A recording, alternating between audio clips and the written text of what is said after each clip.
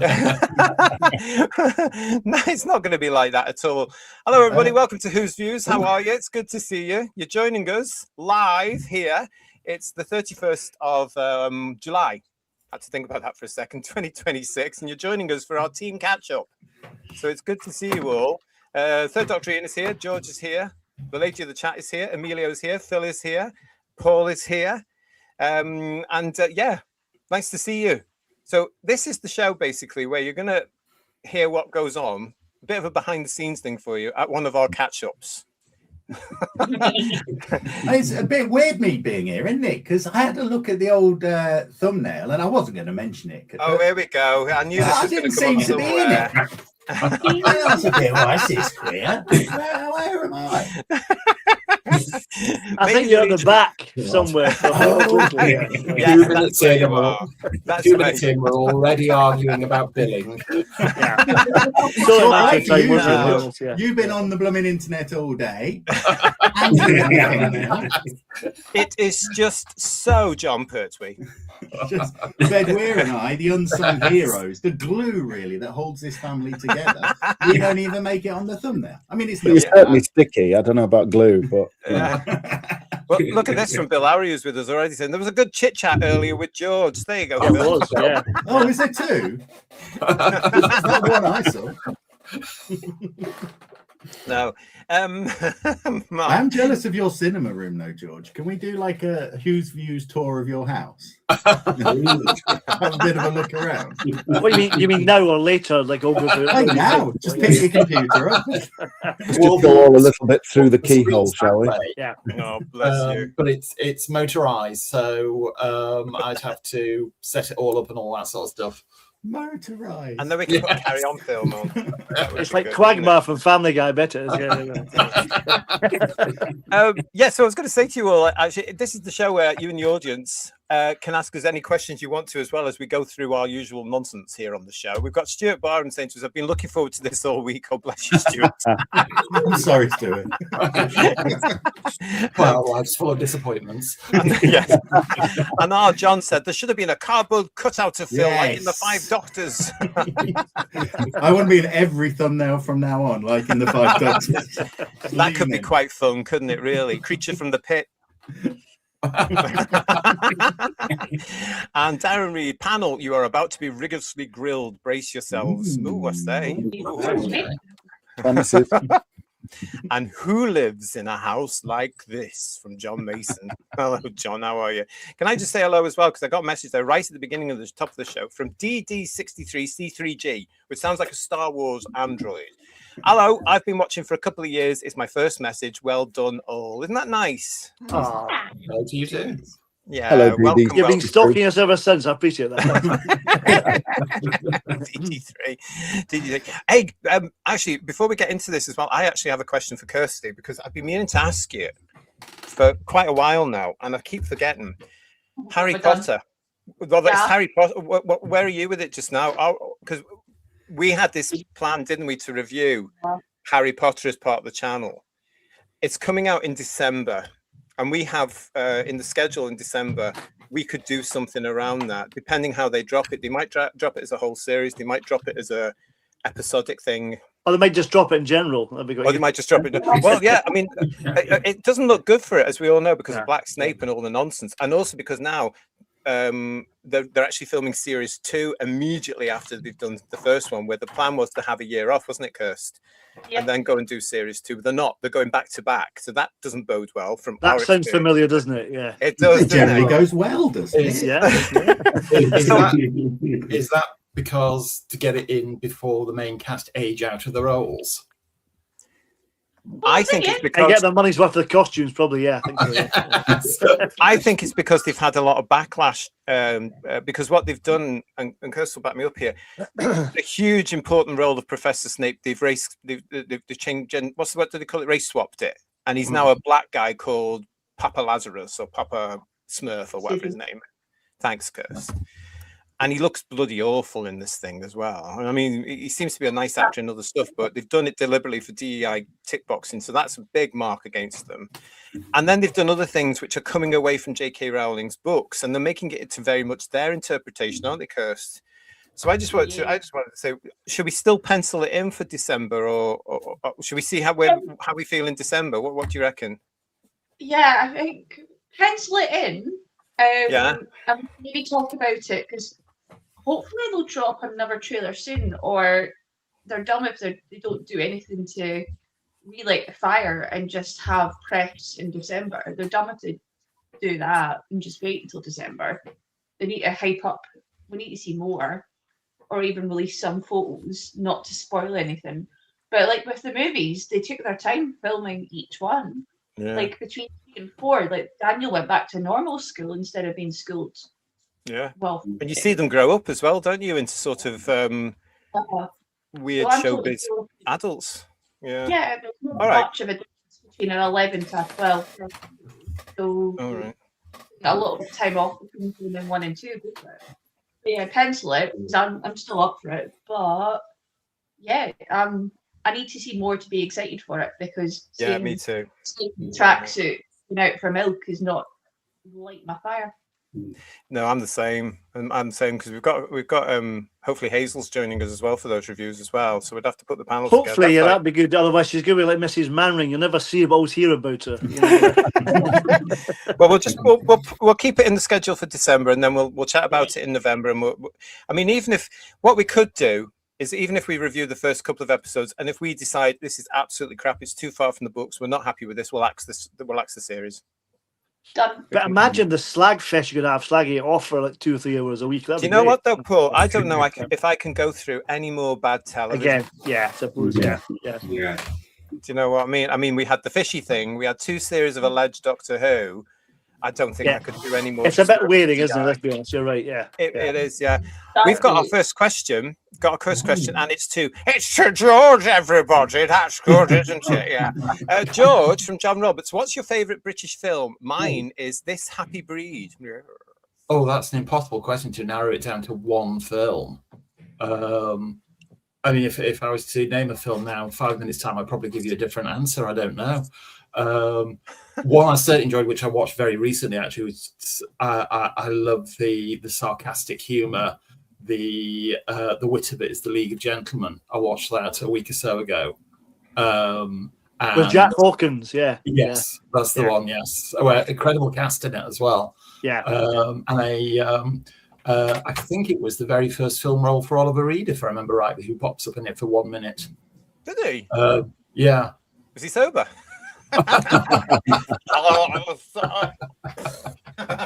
Awards. Playing a very camp Amdram lovey. Oliver Reed? Yes. Emilio and Kirsty are going. But to tell you the truth, John, I would have a hell of a job naming just one specific film as my all-time favorite. There are just so many. There you go, John. Yeah, I'll get him to write a book one of these days. Hey, listen. Can I ask a follow-up question to George? Oh, go on, Ariel. Yeah. What's your favorite Hammer film? Again, narrowing it down. That's easier. I suppose it is easier. I could give you a short list. I mean, short list of one, John. Extend the short list. Ones that instantly spring to mind as absolute classics: The Devil Rides Out, Plays of the Zombies. Yeah, Stephen, I've seen that one. Frankenstein Must Be Destroyed, The Curse of Frankenstein. All good. The first Dracula that they did, Cash on Demand, all of which are absolute gold-plated 5-star films. Go and watch them all. You haven't mentioned Dracula AD 1972, though. You're right, I haven't. I love that one. It's got Christopher Neiman, which is quite nice, yeah. Brilliant. Cash on Demand, very interesting, and it's very horrific sequel, Cash in the Attic. Yeah. Cash on Demand is superb. I recommend that as well. It's a great movie, really good. Yeah. I love all these because I'm going to write these down. And Cash on Demand isn't a horror film; it's a fantastic nerve jangler of a thriller. Yeah. Is it? Oh, I like Peter Cushing and Andre Morell are superb in it together, with a little cameo from Kevin Stoney at the end, being dubbed. Yeah. Yes, and you know who he's dubbed by? No, I didn't know. Roger Delgado. Oh, really? Well. Oh, fun facts here on Who's Views. Listen, we've got Matt here saying that today he was stopped by the police today while taking his medical cannabis. A nice copper had the TARDIS pin badge on, so I knew I was going to be okay. Never assume, Matt, because, you know, if they have one of those stupid TARDIS badges on with different colours in, you know you're not going to be okay, because they're usually lunatic. Honestly, be wary of them. I've met plenty of them in my time, especially the ones that have the sort of pink and blue and white panels in it. Avoid. Absolutely. Another question from Darren Reed. JT. Hiya, Darren. We know that you knew Phil. Yes, I did. So how did you all get to know JT and join the show? I can't remember. Can I start? I don't know. Can I start? Yeah. Paul was my director because I accidentally ended up like a lost puppy, having to help out with a play that he was doing. And he ended up introducing this class clown. And then we found out during getting ready for shows that I like Doctor Who. And then we would chat every morning about nerdy stuff. And bore each other to death. It was great. It was lovely, yeah. Hazel is a real person. Yeah, that's my wife we're talking about, yeah. She's in the basement, yeah. Oh, we're going to get letters now. Paul told me about JT, and then I've been here ever since. And then I met all these brothers. So we're looking for a token female presence on the show. We couldn't find them. You're the DEI hire. Exactly, that's it. And tick. That was it, yes.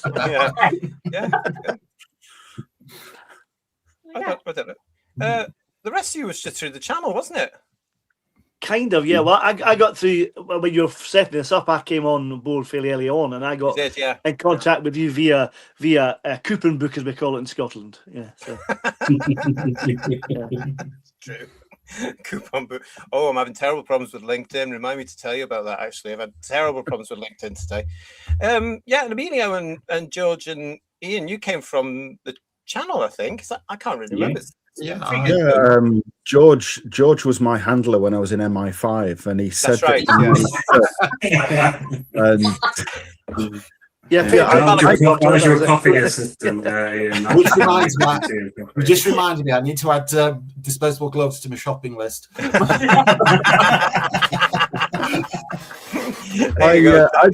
I'd watched JT on a different inferior channel, and to me, I thought it was inferior, and I was right. And it was really, if I'm honest, it was the only reason I watched that was because he did his regular merchandise review, and that for me was the best source, because I've no longer got Doctor Who magazine since Whittaker was announced. Which would always have this is new merchandise coming through, so there was no real sort of like feed on what was coming through, and I found JT's input on that side really, really useful, and got some stuff as a result of it, some of the books and everything else. And I think the days when we had merchandise worth talking about, guys. Exactly that, yeah. And you asked me on after that Wales concert, and then you couldn't get rid of me. Yeah. You threatened me with the bailiffs on numerous occasions. There's only so much the courts can do. Yeah.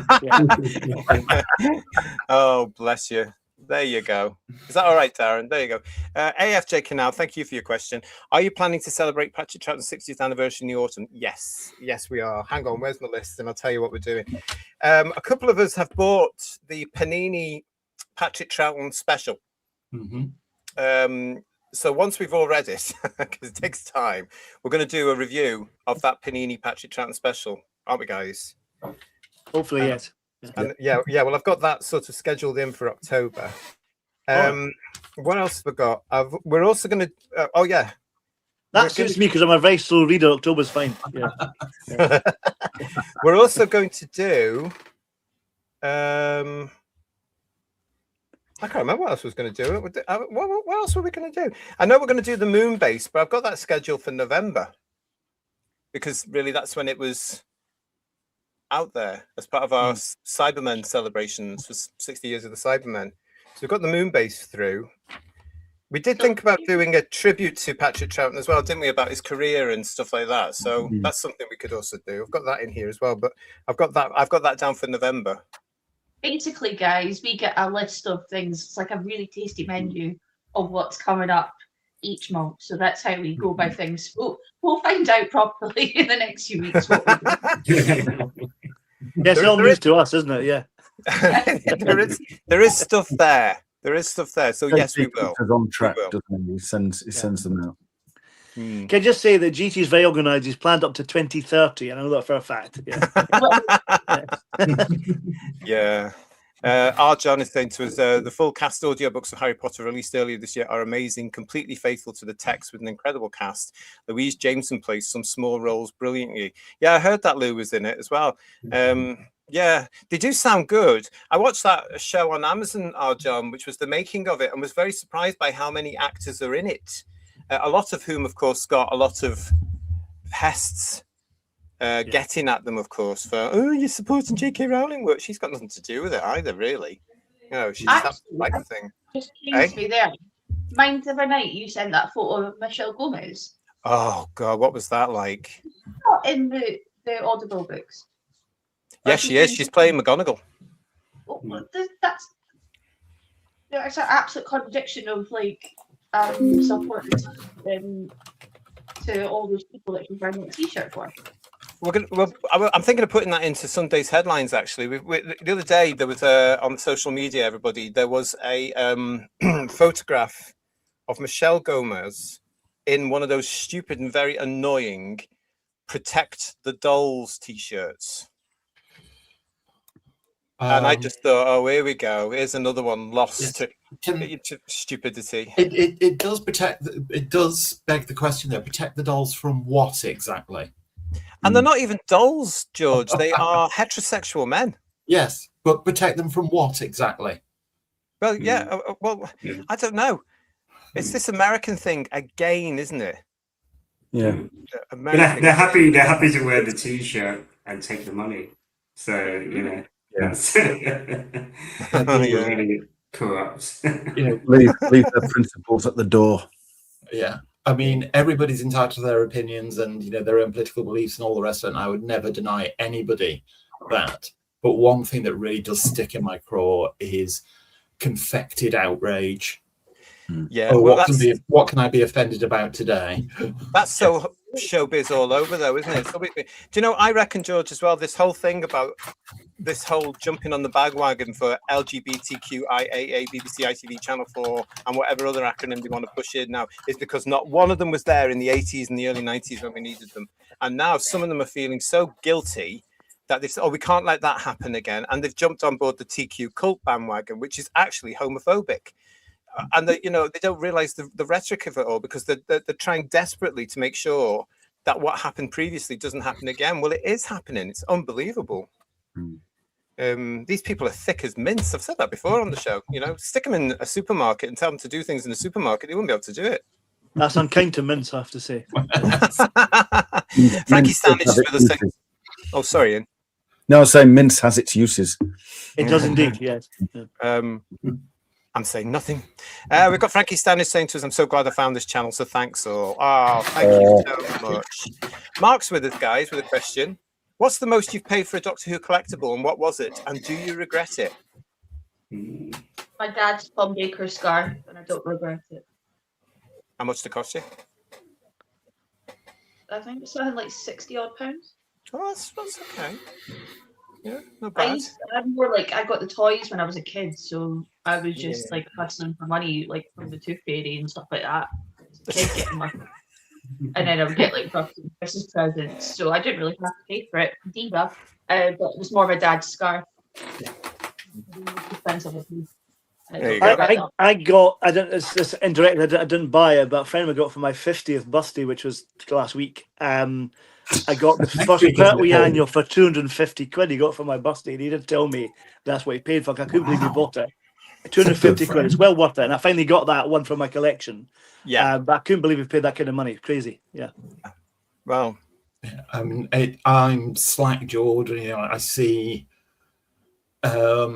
certain items of memorabilia and merchandise sold on a well-known internet auction website, and you just think, yeah, it's a joy to own something like that, but how can you possibly justify spending, a substantial 3-figure sum on a book or something like that? I mean, there was one thing way back in the day. TV Comic used to do a Doctor Who Summer Special magazine in the 1970s. Yeah, and I've had those since they were printed. And I saw one come up on eBay more than a year ago now. And it's sold for, if I remember rightly, it was about £140. I'm like, what? Yeah. But they those TV comics and action and all that, they are beautiful relics of a time that's never coming back. And they're proper comics, aren't they? With proper stories in them. And I remember being thrilled with both TV comic and action and all those sort of things. Well, and so before '79, when Doctor Who Weekly came along, of course, just wonderful. Though personally, I managed to get one of the control panels from the Longleat exhibition a few years back for £60. Oh, that was very well. And because, I mean, even though Blackpool was my exhibition rather than Longleat, because I have such fond memories of the Doctor Who exhibition in the 1970s. To own part of one of the exhibitions is just a huge thrill for me, and it was one of the best 60 quid I'd ever spent. £60 for a panel of the TARDIS. Aye, for a bargain, George, definitely, yes. Definitely a bargain, yeah. What's the most you pay for a Doctor Who collectible, and what was it? I worked an entire memorabilia at the NEC with Galaxy 4 in order to get a photocopy of a rehearsal script of the 5 Doctors. So I don't know what that cost me, but it was a lot of money. A lot of pages, isn't it? That mounts up, doesn't it? It's a proper rehearsal script, and it's got the scene with the Autons in it and everything. Oh, fab. So I do quite love it. So I don't regret it. That's fair. I'm trying to think. I think the most expensive I've got is similar to Paul's, really, because I went to a certain shop in London. They saw me coming, she always does. And I bought the pink cover Patrick Troughton. Well, the first one, annual. Yeah. And remember, that's when I was collecting the annuals, remember?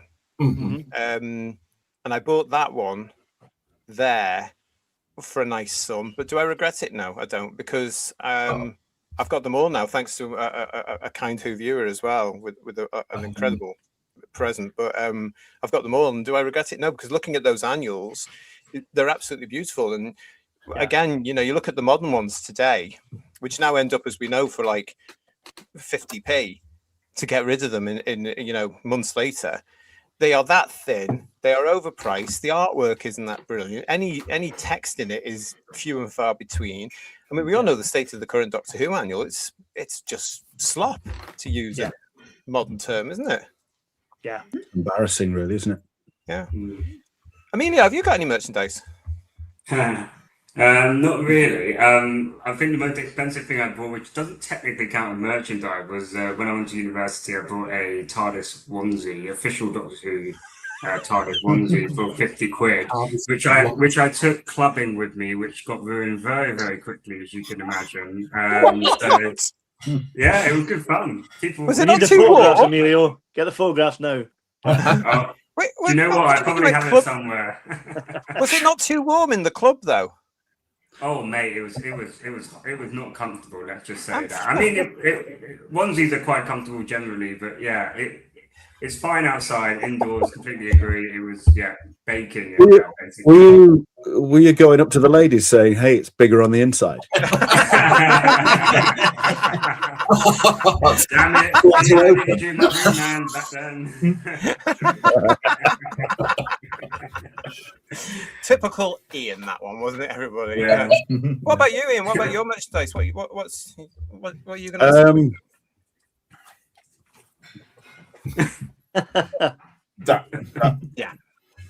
George? You got bored. You pointed at George. George is the most expensive thing I own. The Dalek. That was a present for me for my 40th. So last year, I'll one up you on that. I'll get you there, Bob. A long time ago now, and at the time that was about $2,500. The eye lights up and it talks and things like that. So it's slightly more than just the static prop and everything. But it'll be that. Does it I hope I get one when I'm 40. Sorry, Amelia. Does it scare off the neighbours? You put it by the window, just put people off.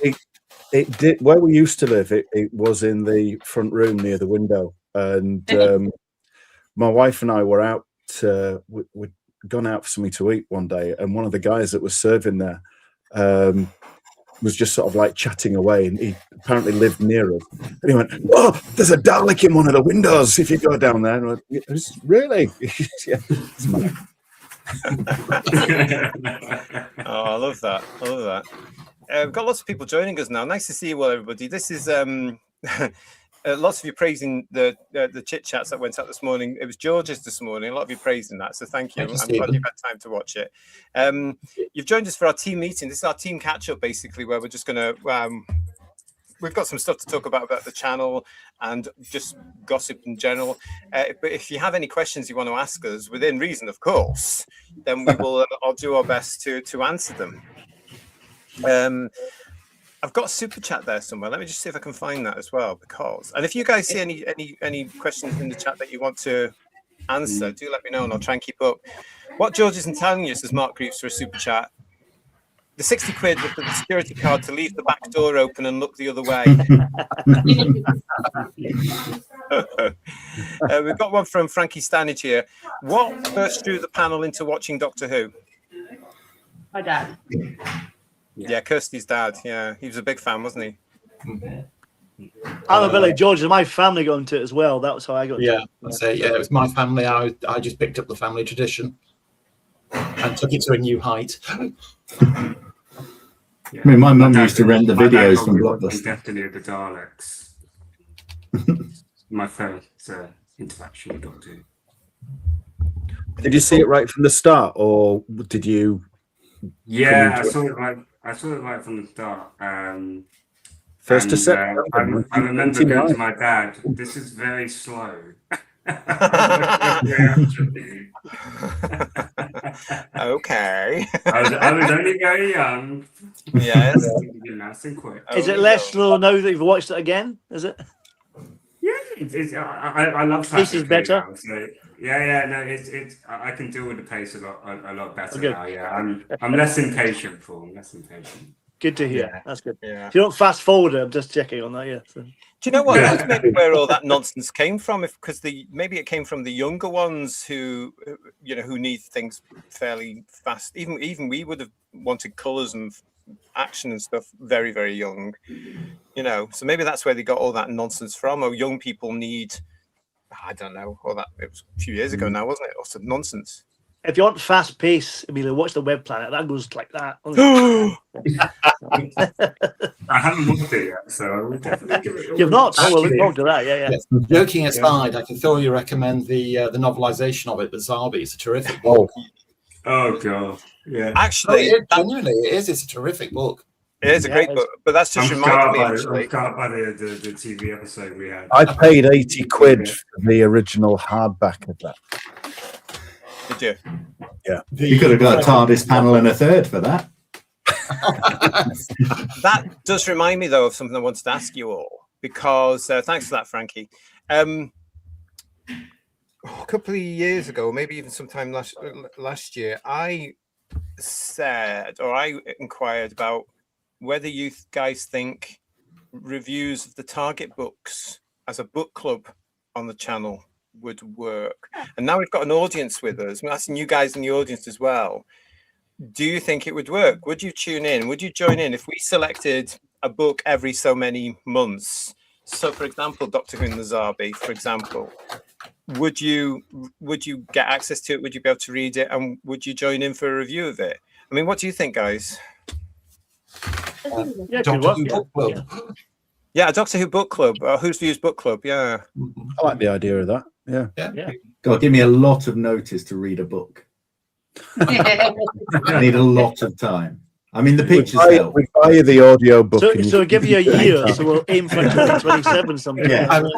There's only one or two of them. AI. But Phil, there's only one or two of them that are not audiobooks now, so you could get the audiobook version.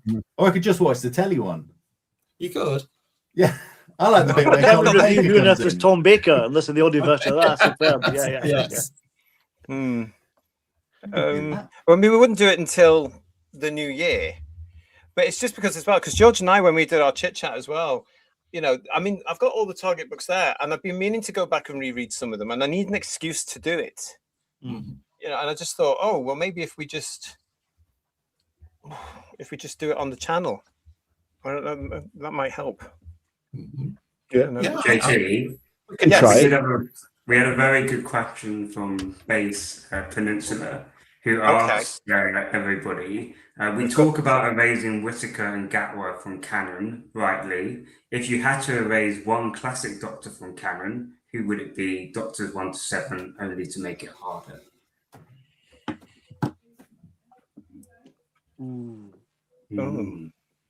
Sylvester McCoy. Ooh. Why can't I do Sylvester? Oh, first bullet out of the gun there. Yeah. I can't find that. Who was it from? Space Peninsula? Because we're getting a lot of questions getting thrown at us now, so I'll try and find it. Check the private chat. Now people know there's a private chat and we're talking about them. We talk about it. I'll try and find it in the and chat. Also, what you just said, Ian, was awful. Yeah. Probably lovely people. I will try and find it in the chats while you answer the question then. So the question was basically we talk about erasing Whittaker and Gatwa from canon. If you had to erase one of the classic Doctors from canon, who would it be? Doctors 1 to 7 only to make it harder. Okay, so you're saying number 7, Kirst? Yeah. Okay. Colin Baker for me. Ooh. Go on, yeah, you have to explain why. I just don't like, if I'm being very bluntly honest, I don't like a costume. And I didn't like the out of character beginnings of Colin Baker Doctor. And I feel I've only watched a few of his stories, but I feel that era is also one of the weakest in terms of storytelling within the show. Just my opinion, really. So I never really warmed to Colin in the way that I have to pretty much all the other Doctors. You've upset Phil. I'm just saying that now. Okay, At the end of the day, Paul, it is quite highbrow, the Sixth Doctor's era, and some people aren't mature enough to get it. And so, you know, if Emilio's man enough to say that, that's fine. But if Phil has any recommendations, he wants to go outside now for a fight. I can tell. Well, you have 2 more beers, I'll be in that screen. Yeah. That's a very good question, that though, isn't it? Who would you erase from the original era?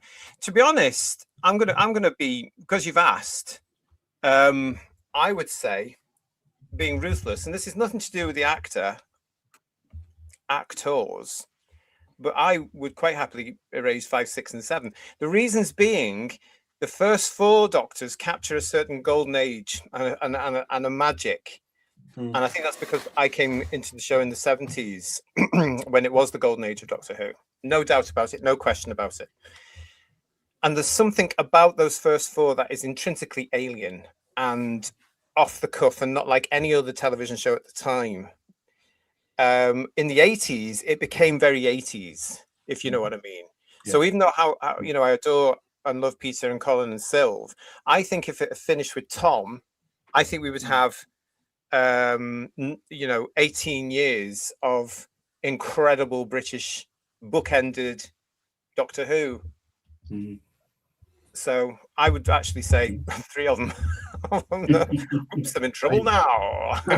Well, I'll echo that. I mean, I've said often enough that my love for Doctor Who is Doctors 1 to 4, and after that, for me, the wheels came off the bus. And the way you described it pretty much echoes how I feel about it. That in the 80s, to me, it just became a generic sci-fi show.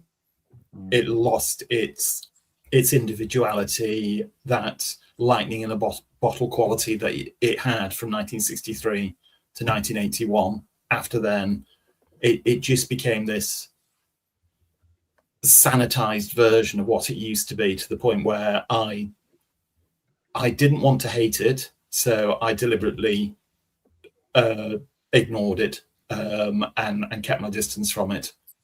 And like you, JT, having said that, Peter Davison as an actor, I could reel off a whole list of shows that he's done I thought he was terrific in. But as I've said previously, I just thought at that time he wasn't right for Doctor Who. Colin Baker, his output of work, I don't know as well as Peter Davison's, but what I will say was, working an event one time, I spent the whole day sat next to Colin Baker, and he was an absolutely lovely bloke. Oh, he is. He's fabulous, isn't he, Phil? Absolutely bloke.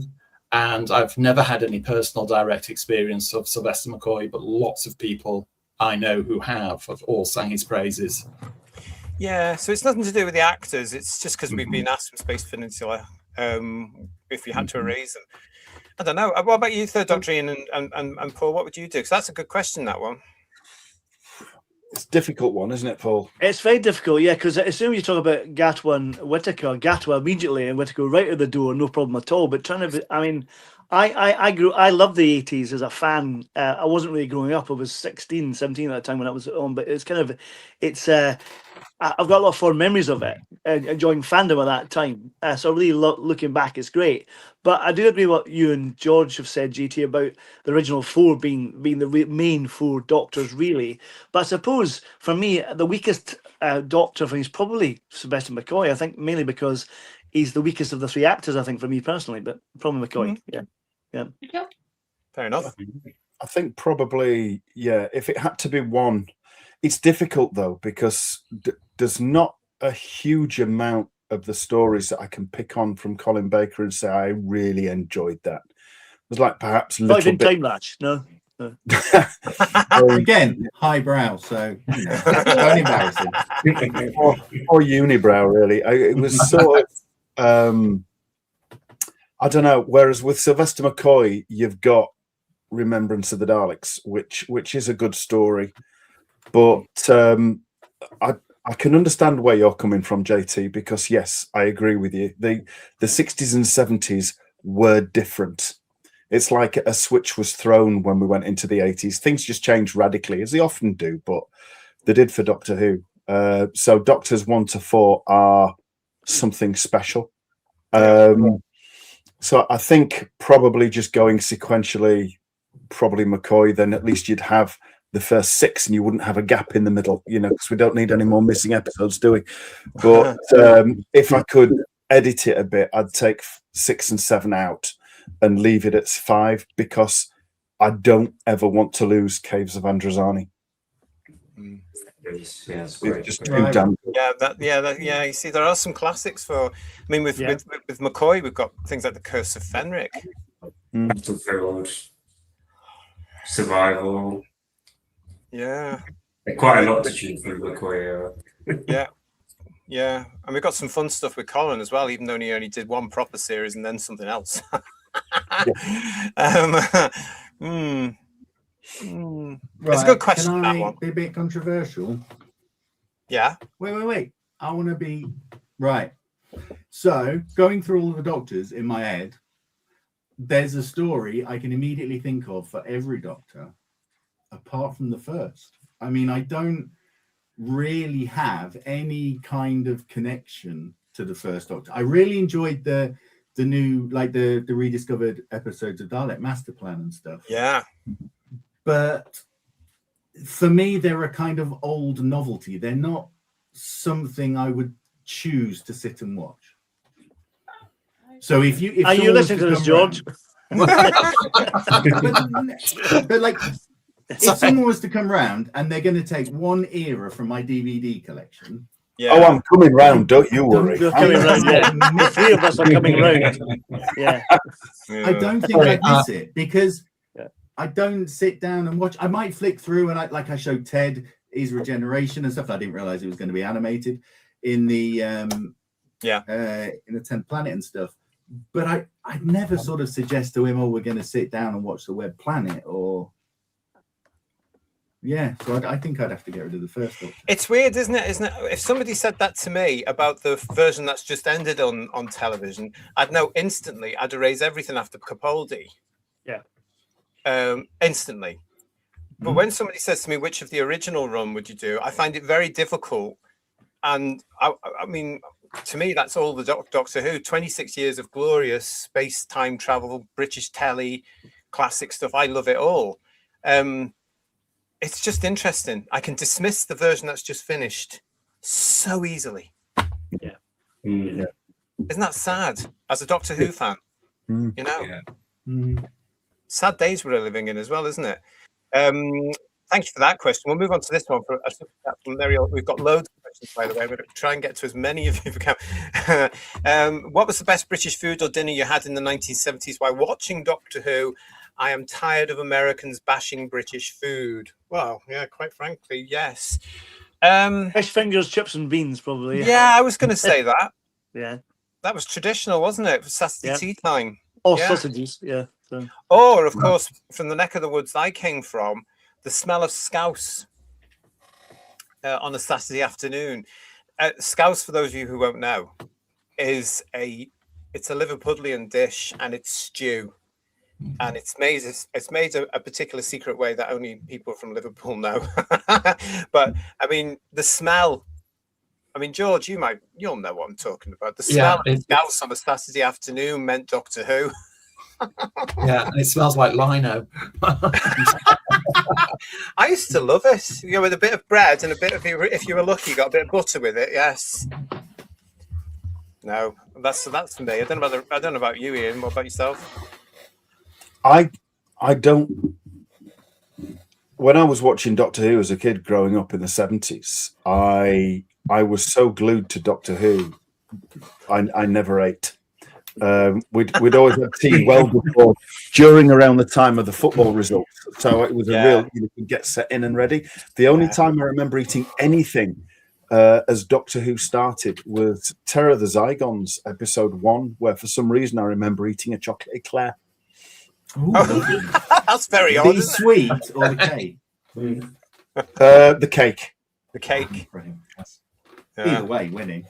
Yeah. Do you know what? Chocolatier eclairs. Can I tell? When I was in hospital, I went through a phase of cravings for chocolatier eclairs, the cakes. And Jane, you know my friend Jane I was telling you about, God love her, she'd have to come to the hospital twice a week with some chocolatier eclairs. Isn't that weird? It's no wonder I've put on weight now. You know, because it's all hit me now, all the crap I was eating when I was in hospital. But yeah, chocolatier, I was terrible. Good question. What about you, George? Well, like Ian, as a family, my parents were very rigorous that we all sat down to dinner and we didn't eat in front of the TV and all that sort of stuff. And basically, you had to have a letter from God to be excused from the dinner table. It was a bit like that, wasn't it? Yeah, back then. So, in as much as actually sitting down with something to eat when the show was on, no. Because I was one of those anoraks that had a tape recorder up against the TV and I recorded the soundtrack. And the thought of crockery, cutlery scraping against crockery or anything like that, which would be on the soundtrack of the tape, was strictly verboten. So that didn't happen. So, as a family, we used to eat after Doctor Who. And because at that time in the 70s, Doctor Who was on in the winter months, I can remember, real hearty comfort foods, winter meals like Toad in the Hole and all that sort of stuff. So they're the sort of memories I associate with it. I used to have a friend, and I hope he's well and happy these days, but he was another Liverpool lad. And he used to do what you did. And he would get the tape recorder and get the audio from the telly. He used to do that. And I remember once he'd recorded some story that I hadn't for some reason. And I remember taking the C90 borrowing the C90, and halfway through the middle of this episode, I can hear his mum saying, "Your spotted dick's ready." Shh, Mum, shush, I'm recording. And then I get a whole 5-minute conversation. Don't you tell me to hush. You get in here now. A whole conversation of a family drama on a Saturday at tea time. I do remember that. God bless you. So, oh, I hope he's well. That was another good question. Thank you for that. Space Peninsula was saying, thanks for answering. I wanted someone to go rogue and say Pertwee or Baker and start a fight. How outrageous. I'm too scared to say Pertwee. Damn right. AFJ Canal Come is round saying, your house and stamp on your toy. AFJ Canal is saying season 23 I quite like to erase. As a teenager, it was interminable. Am I said that right? Interminable. Terminable. Thank you so much. Season 23. That's obviously the trial of a Time Lord. So like a bit of an advance for you here, actually, Who viewers, because we are going to be marking, I was going to say celebrating, but not really. We're going to be marking 40 years of the trial of a Time Lord next month. In September. We are going to be doing a season overview of season 23, probably be very short. And then we're going to be reviewing parts 1 to 4 of the trial of a Time Lord, which is the Mysterious Planet. So that's in for September. There you go. That's worth subscribing to this channel for, anyway, isn't it? Yeah. For show. I think it probably well is. Lots of you in the chat. It's great to see you all. Thanks for joining us for our team meeting this Friday evening. I'm going to go and have a look at. I've got lots of chat, lots of messages here, lots of questions. So I'm going to go and catch up with them. I will try not to repeat any of them. Steve Braddock was with us saying, "Hi everyone, sorry I'm late. I've just got back from watching Spider-Man. It was one of the best ever." Oh yeah, there's another one out, isn't there? Yeah, brand new day. To see that. brand new day. Yeah. Yes. Anyone It's go? got very good reviews. It's more kind of back to basic Spider-Man story from what I hear. It must be weeks since the last Spider-Man movie. At least, yeah. Lucy wants to go and see it, but me and the boys are just like, Meh. I'm going to see it. seen Well, it now. I'm going to mention it again, and I'm sorry everybody, but I am. That bloody new Spider-Man film that's just come out, that bloody film, because where was it filmed? Glasgow. And who was in a hospital in Glasgow at the time? JT. And whose friends and family couldn't get through the city to see him? Mine. And so they would come through, and all the nurses, all the staff would come in saying, "Bloody Spider-Man's filming, and the blah, blah, blah. I can't get through the blue. I have to go all the way. Blah, blah, blah, blah. 20-minute trip took me 45 minutes."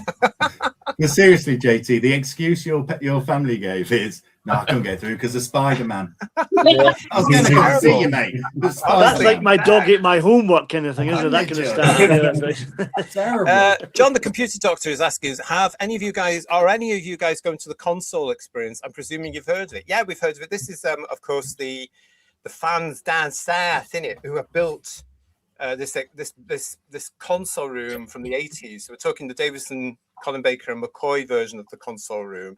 It's absolutely beautiful. It's stunning. It's insane because it must have cost him a lot of money. And he's built this purpose-built type, I want to use the word shed, but that's wrong. It's a room. And Sophie Aldred was there a couple of weeks ago to open it, and it's had a lot of coverage because there's, it's Doctor Who, so it's had a lot of coverage on websites and stuff like that. The console room is also available on Facebook, and you can get them, and he's doing a lot of videos at the moment to promote it, and you can go and see it. I'd love to go and see it because it does look absolutely gorgeous. It's too far for me to travel because it's somewhere in England I can't remember. So I won't It's in go. Lincolnshire, I think. It does look amazing. And it's about an hour from me. And I was thinking, because I've got a few weeks off in a couple of weeks. I might nip over with the boys. And if I do, Well, if you do the obviously video, I'll let you know. Yeah, do the video or something. Come talk about it. It's on the list Marking of things to do because it's about an hour from me, I think. Well, that's great. Yeah. So I think only Phil there, but you can look it up. Facebook page is the console room. If you guys haven't seen it either, it's beautiful, and he has spent a foot. But the walls are correct, the doors are correct.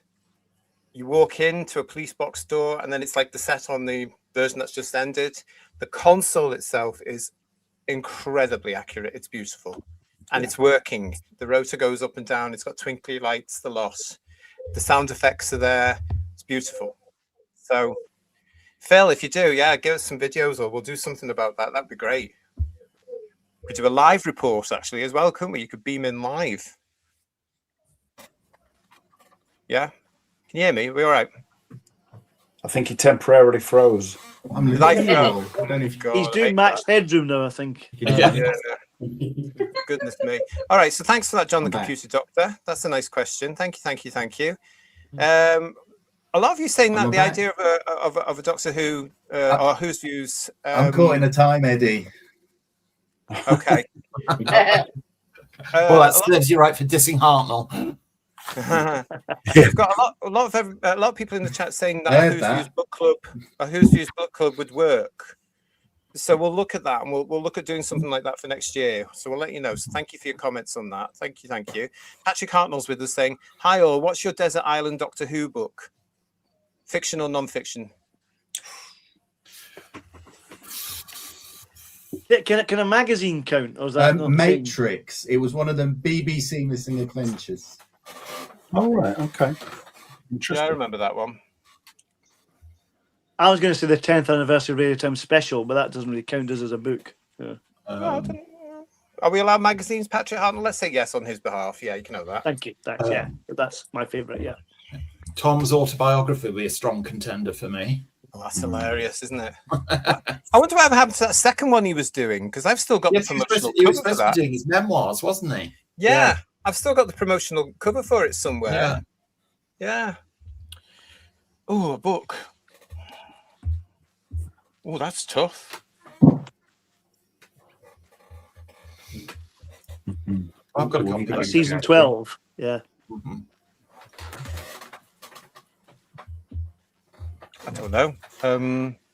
You've got the scripts Television Companion. The Television Companion. See that book you've got there, Kirsty? That book you've got there, that lovely hardback book, that, I don't know if you know this, but that was supposed to be the first of a series. And the thing didn't sell that well, so the idea was scrapped. Yeah. I got it, but it doesn't surprise me. Yeah, because I remember buying that in a clearance bookshop for a very low price. Yeah. I quite enjoyed that book as well. In the work. Yeah, I did as well. It was interesting, but I would have loved to have the rest of them. It's just a shame it didn't sell. Well, you never know as they get more and more desperate in this second wilderness period. You never know; they might revisit it. They might do. Oh, I don't know what book to. I don't know. There's so many. If it was novels, for me, it would probably be a toss-up between The Demons by Barry Letts or The Auton Invasion by Terence Dicks. But you threw a curveball, Paul, and I would have to agree with you. The 10th anniversary special was such a seminal publication. Yeah, that just rooted itself in your mind after reading it. You could never put it down. You literally couldn't put it down. I think it was and remains just and that's where the title trouble started as well. Yes. But I think the 10th anniversary magazine was the first time there was ever a high-end quality piece of merchandise that could stand head and shoulders with anything that had ever been produced for any sort of other franchise before. It was like it became the gold standard of what Doctor Who merchandise could be overnight.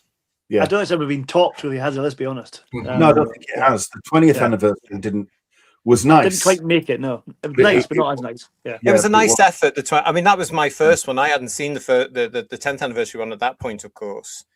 So the 20th anniversary one was lovely. So I treasure that one. Mm-hmm. But when you do eventually see the 10th anniversary one, you think, oh, there is a difference. Yeah, there is a difference. Mm-hmm. Can I have two? Can I have two books? I'd like to say, Patrick Hartnell, from the Target range, simply because it was the first one I was ever given, The Web of Fear. Because I treasure it and I love it. Because it was the first item in my collection ever. The Web of Fear. Got a massive spoiler on the front, though, hasn't it? Let's be honest. But I would also like to add to that as well, from the BBC books range, The Burning. Oh, right, the McGann one. Yeah, which I really enjoyed. I thought the burning was very, very good. I think that was one of Justin's as well, wasn't it? Bless him. I think it was, yeah. Yeah, I would like to see that. And also, I might have a third. Trevor Baxendale, I liked his books. And there was one that he did towards the end, which I can't remember. I can see it. Was it the Deadly Memorial or something like that? So I'm going to have 3. So I'm going to be greedy and have 3. Yabu to you lot. I liked First Frontier, Blood Heat, and there was one more of those new adventures.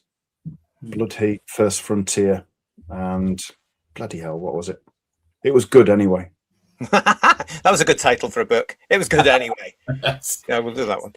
Yeah. Anyone else, or should we move on? Well, can I just briefly apologise to the ghost of William Hartnell, who seems to be haunting my internet? Serve you right. I meant Patrick. It's too late now to backpedal now. Yeah. He's got you now. Thank you for that, Patrick Hartnell. Yeah, I'd say lots of people saying yes to a Who's Views book club.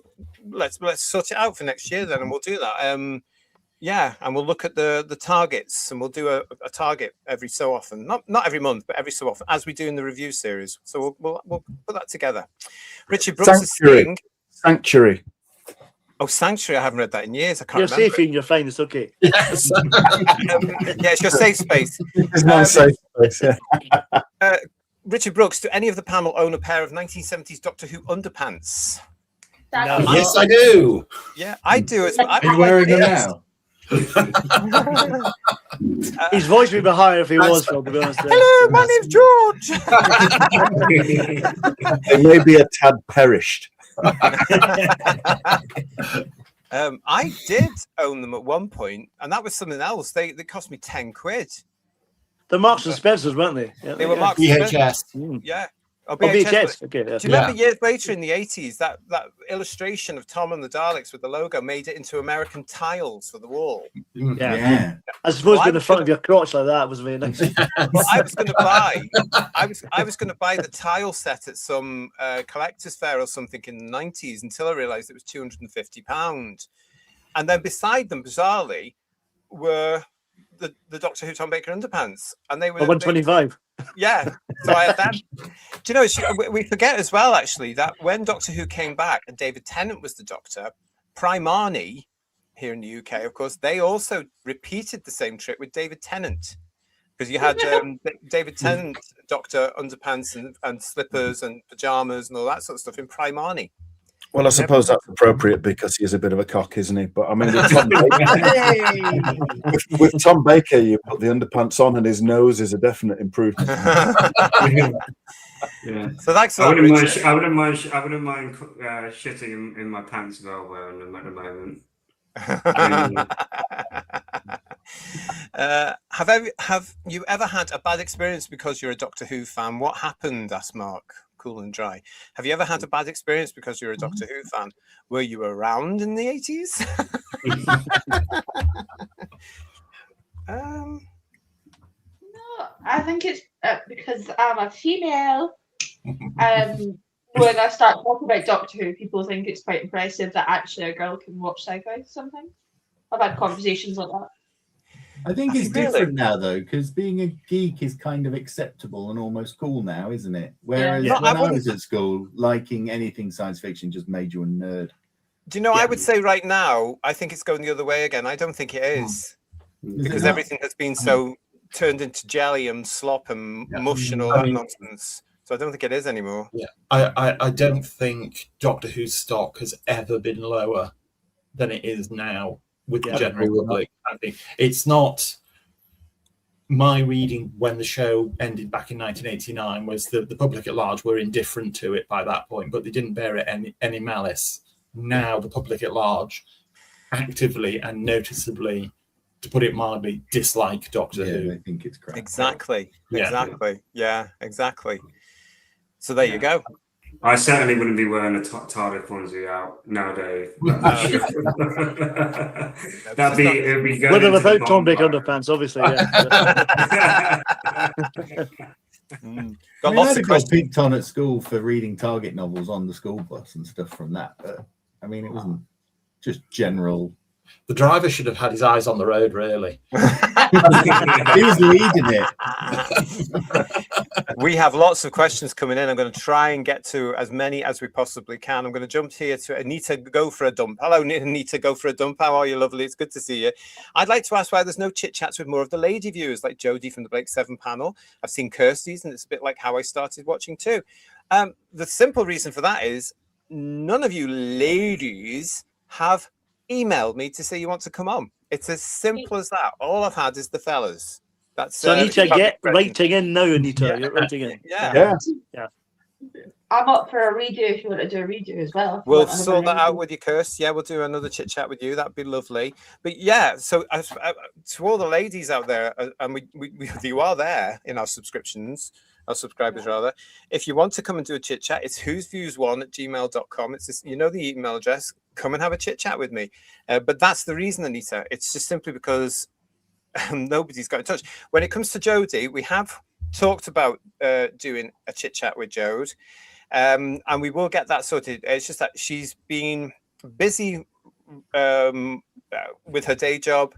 She also is an amateur dramatic artist in the evenings, and recently as well, and she won't mind me telling you this, but Jodie's been suffering from cancer. And she's actually been receiving weekly chemotherapy. That's why she wasn't on some of our Blake 7 shows. But of course, I am delighted to say she's back with us now with Blake 7. And she's still going through the treatment. It was weekly. It's now going every other week. So that's brilliant. And she's doing well. But it's something we've talked about. And we will get that sorted at some point with Jodie as well. It's just the time. But we will get it sorted. But the rest of you, please, all the ladies. Well, there's a song about that. That's taking me back to my gay clubbing days. All the ladies. It's Beyonce, isn't it? Give me an email. whosviews1@gmail.com. Come on, girls. Can you give Jodie our love as well, please? Yes, indeed. Yeah, she's probably watching. Yeah. She's probably watching. But she'll be back on the next. We've got 2 Blake 7 shows in August, for those of you who are interested. Blake 7. We're on series 2. We're nearly at the end of series 2 now, but we're doing Killer and Hostage in August live, and Jode will be with us on the team there. Graham's in the chat with us. He'll be there as well. So will Andy. And Richard, of course. Richard, who, as many of you will know if you watch our Blake 7 shows, Richard is a model maker, and he has done a lot of the models for the new CGI versions of Blake 7 on the Blu-rays, as well as some of the Doctor Who models, like the Caves of Androzani for the Doctor Who Blu-ray. He did the models for that. Yeah. And he's going to be at Visitations Blackpool, by the way. When is that again? Just checking. Saturday, May the 15th. Saturday, May the 15th, that's going to be. And Rich is going to be there. And I'm delighted to say that's where you can get your tickets. Right there. And I heard the tickets were great value. Is that right? They're hugely great value. Yes. Yeah. But Richard's bringing some of the models he's made for the Blake 7 and Doctor Who Blu-rays, including, I don't know if to tell you this, but touch with, including the Liberator. Oops, oh my. Yeah. So hopefully you can see that. There it is. There. That'll be amazing. We might talk a bit more about that later on. We'll see how it goes. But that's it. There you go. There you go. I need to go for a dump. That's the reason. Go for it. Hello, Matt Enspiel, who's enjoying toast toppers at the moment, chicken and mushroom. Toasty toppers. Oh, was that whilst watching Doctor Who in the 1970s? They were disgusting. The mushroom will look horrible, honestly. Yeah. I think that's what he's having now. Now, really, you still get them. Good God. You got 3rd-degree burns on the roof of your mouth off them. Yeah. It was like perverse cheese on toast. It was horrible. Was it? Yeah, Charles Walters. Hello to Charles Walters. Nice to see you. Compared to the last few seasons of Doctor Who, The Trial of a Time Lord is a masterpiece, isn't it? Just yeah. It really absolutely is. Yeah. But we are doing that in September.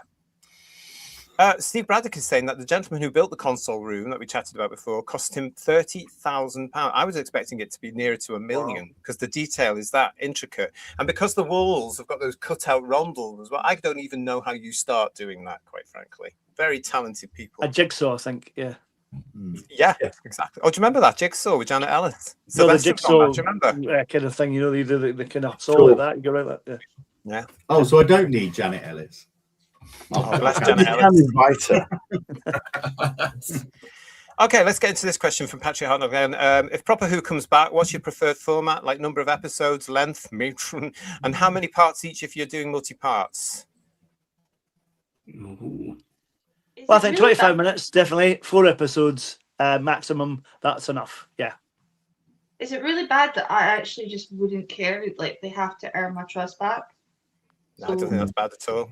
I think that shows where we're up to. Yeah.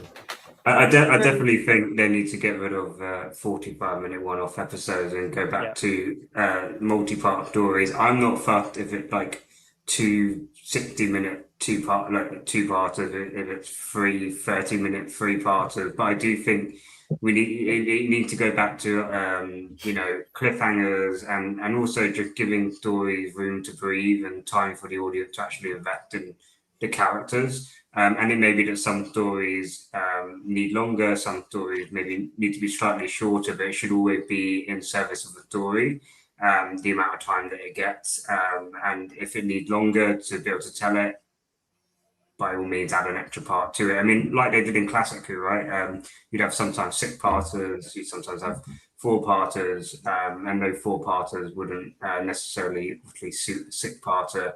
So I think, being a bit more flexible about it, I think would be very good. I'm the same. I think Yeah. the same. Go on. No, go on.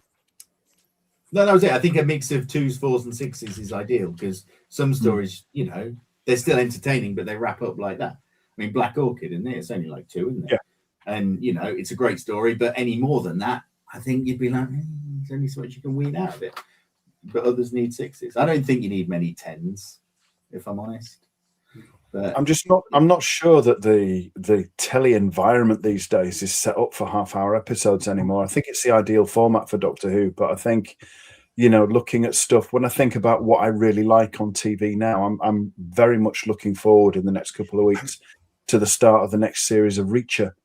And I know it's a different style and everything, but it's gripping. And when the stories are good, you can sit there through 8-hour-long episodes. And because it's a constant narrative, it's one long story. You get, I'm not saying Doctor Who should have 8-episode-hour-long stories, but each episode ends with a cliffhanger. You know, you are really itching for the next episode. And I think if you did that with Doctor Who, I don't know, maybe three episode stories of 1 hour an episode or something like that at a proper time, done properly, adult, or aim for a adult audience, young adult audience, that kind of thing, because they've aimed for pre-fetal in the last few years, and that was never. That's the cartoon we're getting, wasn't it? Yeah. Well, that'd probably be the most intelligent thing they've produced in the last 15 years. Let's be honest. But yeah. Yeah, that's why. Quick shows in your. Sorry, I was just going to say on the if you were going to have 3-part 60 minutes, would you show those 3 parts in the space of, let's say, a week, so people can? No, I think I do. Or would you do it over several? Would you do one part each week? I think I would do 1 episode per week on sort of like BBC One, but I would probably drop each 3-part story at once on iPlayer. Yeah, that's a good choice. Because then if you want to just binge it, you can, which is the modern way of watching television nowadays. Yeah. Thanks, Patrick Hartnell. Great cut. You all know my opinions on that, so thank you for that. Funky for a super chat is saying, after dissing Hartnell, Phil has been pickled in time like a gherkin in a jar. Obligatory Dimensions in Time reference. Anything about Dimensions in Time, Funky? Thanks, Funky. It's canon, isn't it? Well, that's the big discussion. It is canon, Phil. That's right. Yes. That's the big discussion, and we're going to be having it here on the channel to let everybody know it's on the way, because in August, we're going to be starting August off, Who viewers, with our review of Carry On Doctor next week. Okay, so Carry On Doctor as part of our Carry On films. Then, as I mentioned, we've got a couple of Blake Sevens for you this month. We've got Killer and we've got Hostage. Our Doctor Who review for August this year for you is again part of our celebrations of Cybermen at 60 years old, and we're going to be looking at Army of Ghosts and Doomsday. Oh, I'm so excited about that. The Sarah Jane Adventures review we've got coming up for you is Whatever Happened to Sarah Jane, as we get very near to the end of series 1. So that's coming up for you later in August. And then we're going to do 2 episodes of our Wilderness Years series for you all here in August. So guys, get ready with this one, because the first one will be 1993 part 1, where we look at the events that happened in that big year, the anniversary year, of course, of 1993. We will be looking at things like, you know, what was the documentary? The TARDIS thing? 30 years in the TARDIS. We're going to be looking at that. Yeah, we're going to be looking at some of the press around it. We're going to be looking at other things around that happened. 1993 was a big year. So we're also going to follow it up with part 2, which will be our review of Dimensions in Time. I'm thrilled. So am I. Yeah. So watch that. Yeah. How we're going to do a whole review about something like 8 minute long, I don't know. Just 15 minutes. Just watch me. Yeah. Well, you can watch both endings on YouTube, can't you? Yeah. That's so we'll be discussing the whole why it was brought into play and what have you. There will be a third part of 1993, which we're scheduling for later on, which will include a look at, it's called The Dark Dimension and Other Stories. So that's coming for you as well. But not this month, but that will be there. So 1993, big year, 1993, a hell of a lot going on. So I hope you're all happy with that. Are you happy? Are you happy with that? We're doing Dimension. Well, I'm very happy. Yes, I'm very happy. Yeah. Thank you for your super chat, Mark. What has Doctor Who added to your life or career that you don't think anything else could have? Oh, that's a good question. Wow. I've met a lot of people. I'm going to say I've met a lot of really, really lovely people, especially through the Wilderness Years. It has given me some opportunity for work, Doctor Who, over the years, and notably when it came to interviewing people at conventions. So to sit and chat with the likes of Liz Sladen and get paid for doing so. Yeah, thank you very much. And that's obviously down to Doctor Who. Yeah, in the Wilderness Years, like some of the guys on the panel, very lucky to have met a lot of names that are no longer with us and get to know a couple of them as well. So, yeah, I think for me, it's added a lot to my life because it's allowed me meet and hang around with and have a lot of fun with some fabulous, nice people. Anyone else? I would say the same. I think you guys, the community, wouldn't have obviously without Doctor Who, but also to have a hero to admire who doesn't carry a gun and uses his brain to solve problems. I think is a very admirable, very lovely thing, especially when I was a kid. Very different type of hero to what you would normally have to look up to. So yeah, I think that definitely changed me probably in terms of my character, maybe without probably even realizing. So yeah, it would have to be community and definitely that. I mean, I obviously worked at Galaxy 4 for a while, which is where I met lots of lovely people. But I mean, the thing that took me to uni to start working at Galaxy 4 was science. I mean, Doctor Who kind of got me into science because of that Search Out Science video in school. Is that canon? Is it? Yeah. 100%. Okay. If Dimensions in Time is, and Search Out Science. Fair enough. Fine. Okay, I'll buy that. Yeah.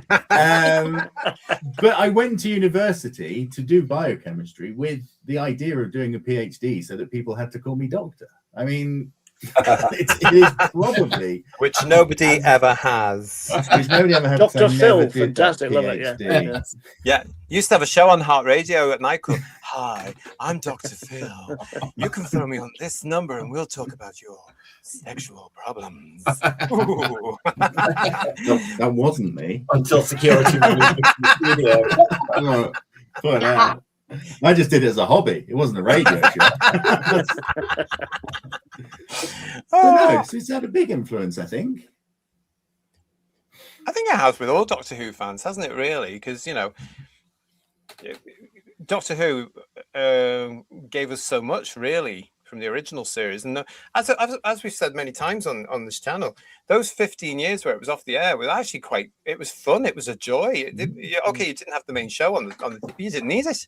You know, it was too busy. I've still got friends I met in the 80s who are my closest buddies, and I really cherish that. And that's what we have called the interest of Doctor Who, which is great. We have other interests as well, but Doctor Who got us together, and I love that, having a friend of Doctor Who fandom over 40 years, which is wonderful, you know. Yeah. And here we all are today, so it's still yeah. It's still working. And meeting you guys, of course, as well, obviously. Yeah.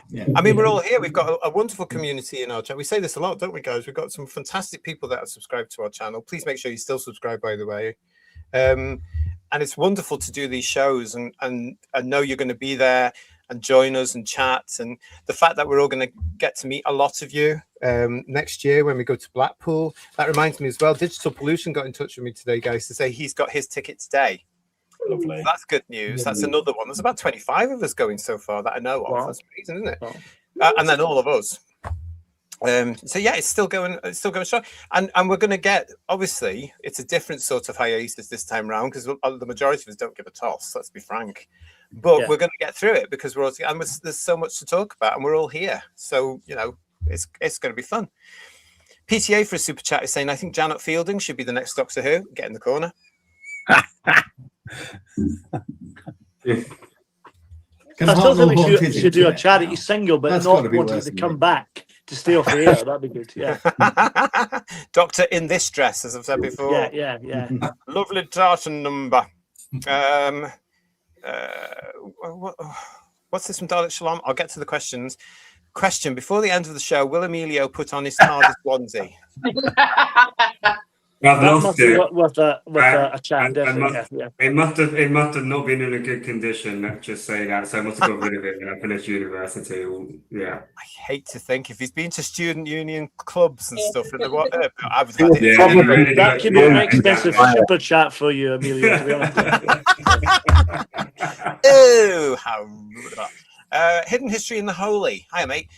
Question for you: would you ever review the Indiana Jones films? Yes. Yes. Yes, we would. Only the first three, though. Yeah. Only the first three, because we have actually talked about that before as we go through this and we develop into other things. But Indiana Jones is very high on the list. But we would only do abomination to society. And so say all of us. But yeah, we would, and we will. We will get to them. We'll probably start. We'll do them in release order. So we might start with Raiders of the Lost Ark next year. How's that for you? There you go. Thank you for that question. I've got lots more in here, so let's go back into his.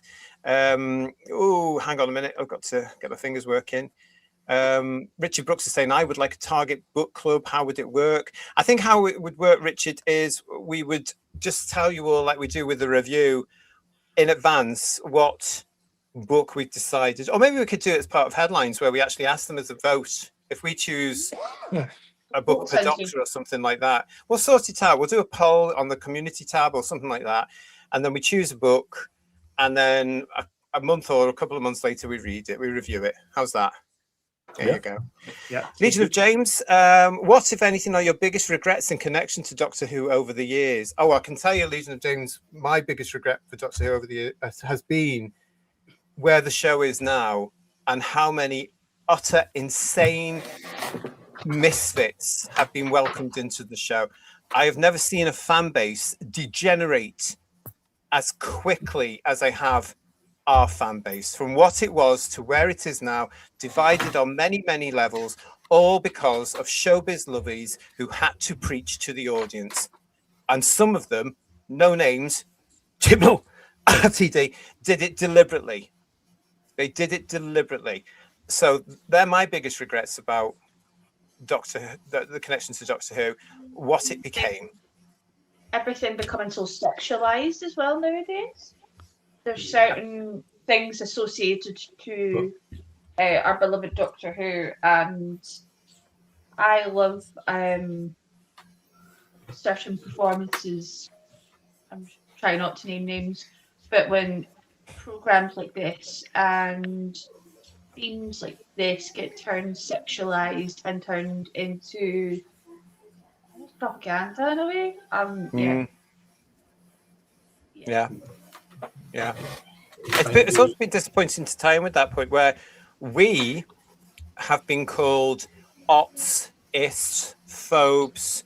You're not a proper Doctor Who fan. All that nonsense because we won't bend the knee to ideological rubbish.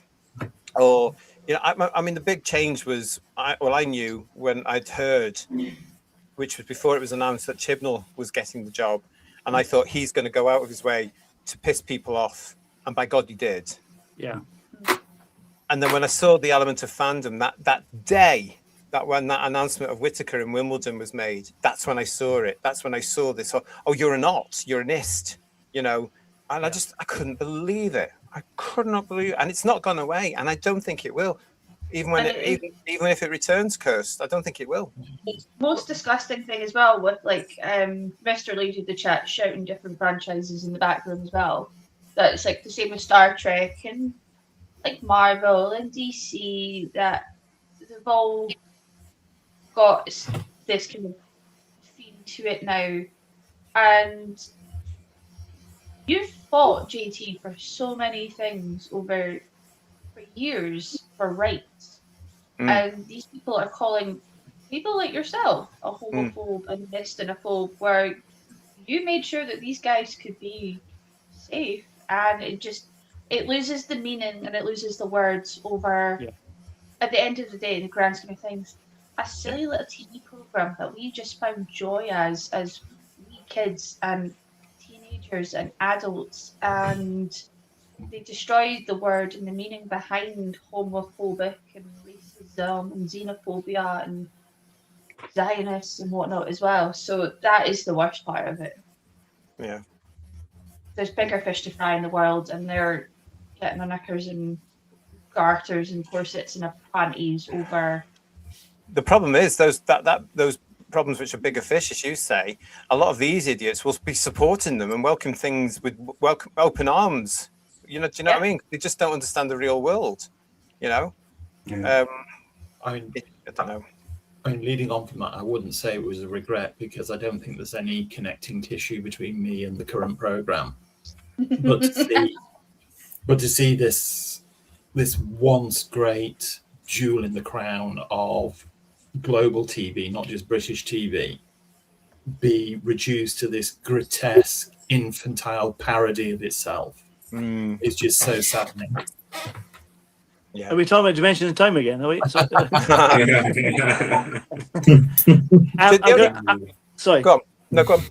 I was going to say, well, mine's has nothing to do with the TV show directly. It's to do with a piece of merchandise. Back in the 80s, I was foolish enough to sell some of my Doctor Who merchandise. And one of my cherished possessions was back in the 85, 86, I think it was, I got an autographed annual by the man himself, Patrick Troughton, personalised. And I sold it. Oh, you're insane. I know, I regret. I know who's got it, and I'm going to have to try and get it back because I want it back. But I sold it back in 86. Yeah, get another mortgage. Yeah, after, yeah. So it's personalised to Paul from Patrick Troughton, which is oh my God, fantastic. On the first Troughton annual, the pink one you mentioned earlier. Yeah, do you know that's one of my biggest regrets, that I never met Troughton. I never met him either because he was in America at the time. I had an American pen pal. I sent the annual out. She got him to sign it and they sent it back. It was wonderful. We've got a question for Ian here. Third Doctor Ian. Got a question for you. This is from Darren Reed. Ian, as the world's greatest Pertwee fan, did you purchase the big Chief Studios Pertwee figure before they went bust? Or did any of the panel lose money after their bankruptcy? I didn't, no. I'm very picky about my merchandise, and partially because costs and everything else, but also whilst they were making waves with what they were producing, personally, I didn't think it looked that much like Pertwee. It wasn't, for me, something like that would literally have to look like a clone of Pertwee. And for me, it didn't. and that was just it. I think it's easier when they do monsters because obviously they're open to interpretation. Obviously, things like the Daleks aren't; they've got to be in proportion and stuff like that. But you know, there's lots of ways you can do an axon monster or a crinoid, for example. But when you're doing a known central character, you've got to get it exactly right, and they don't get the hair right, they don't always get the face right, the key features and everything. So it wasn't up there for me. So no, I didn't. But the cost of it would probably have precluded it anyway. Yeah, they were expensive. Did you get the did you get the Product Enterprises one in the turn of the century? Because didn't they do the first 3 Doctors as statuettes? Product Enterprise. Was it Product Enterprise? Someone did a range of statuettes, didn't they? They did.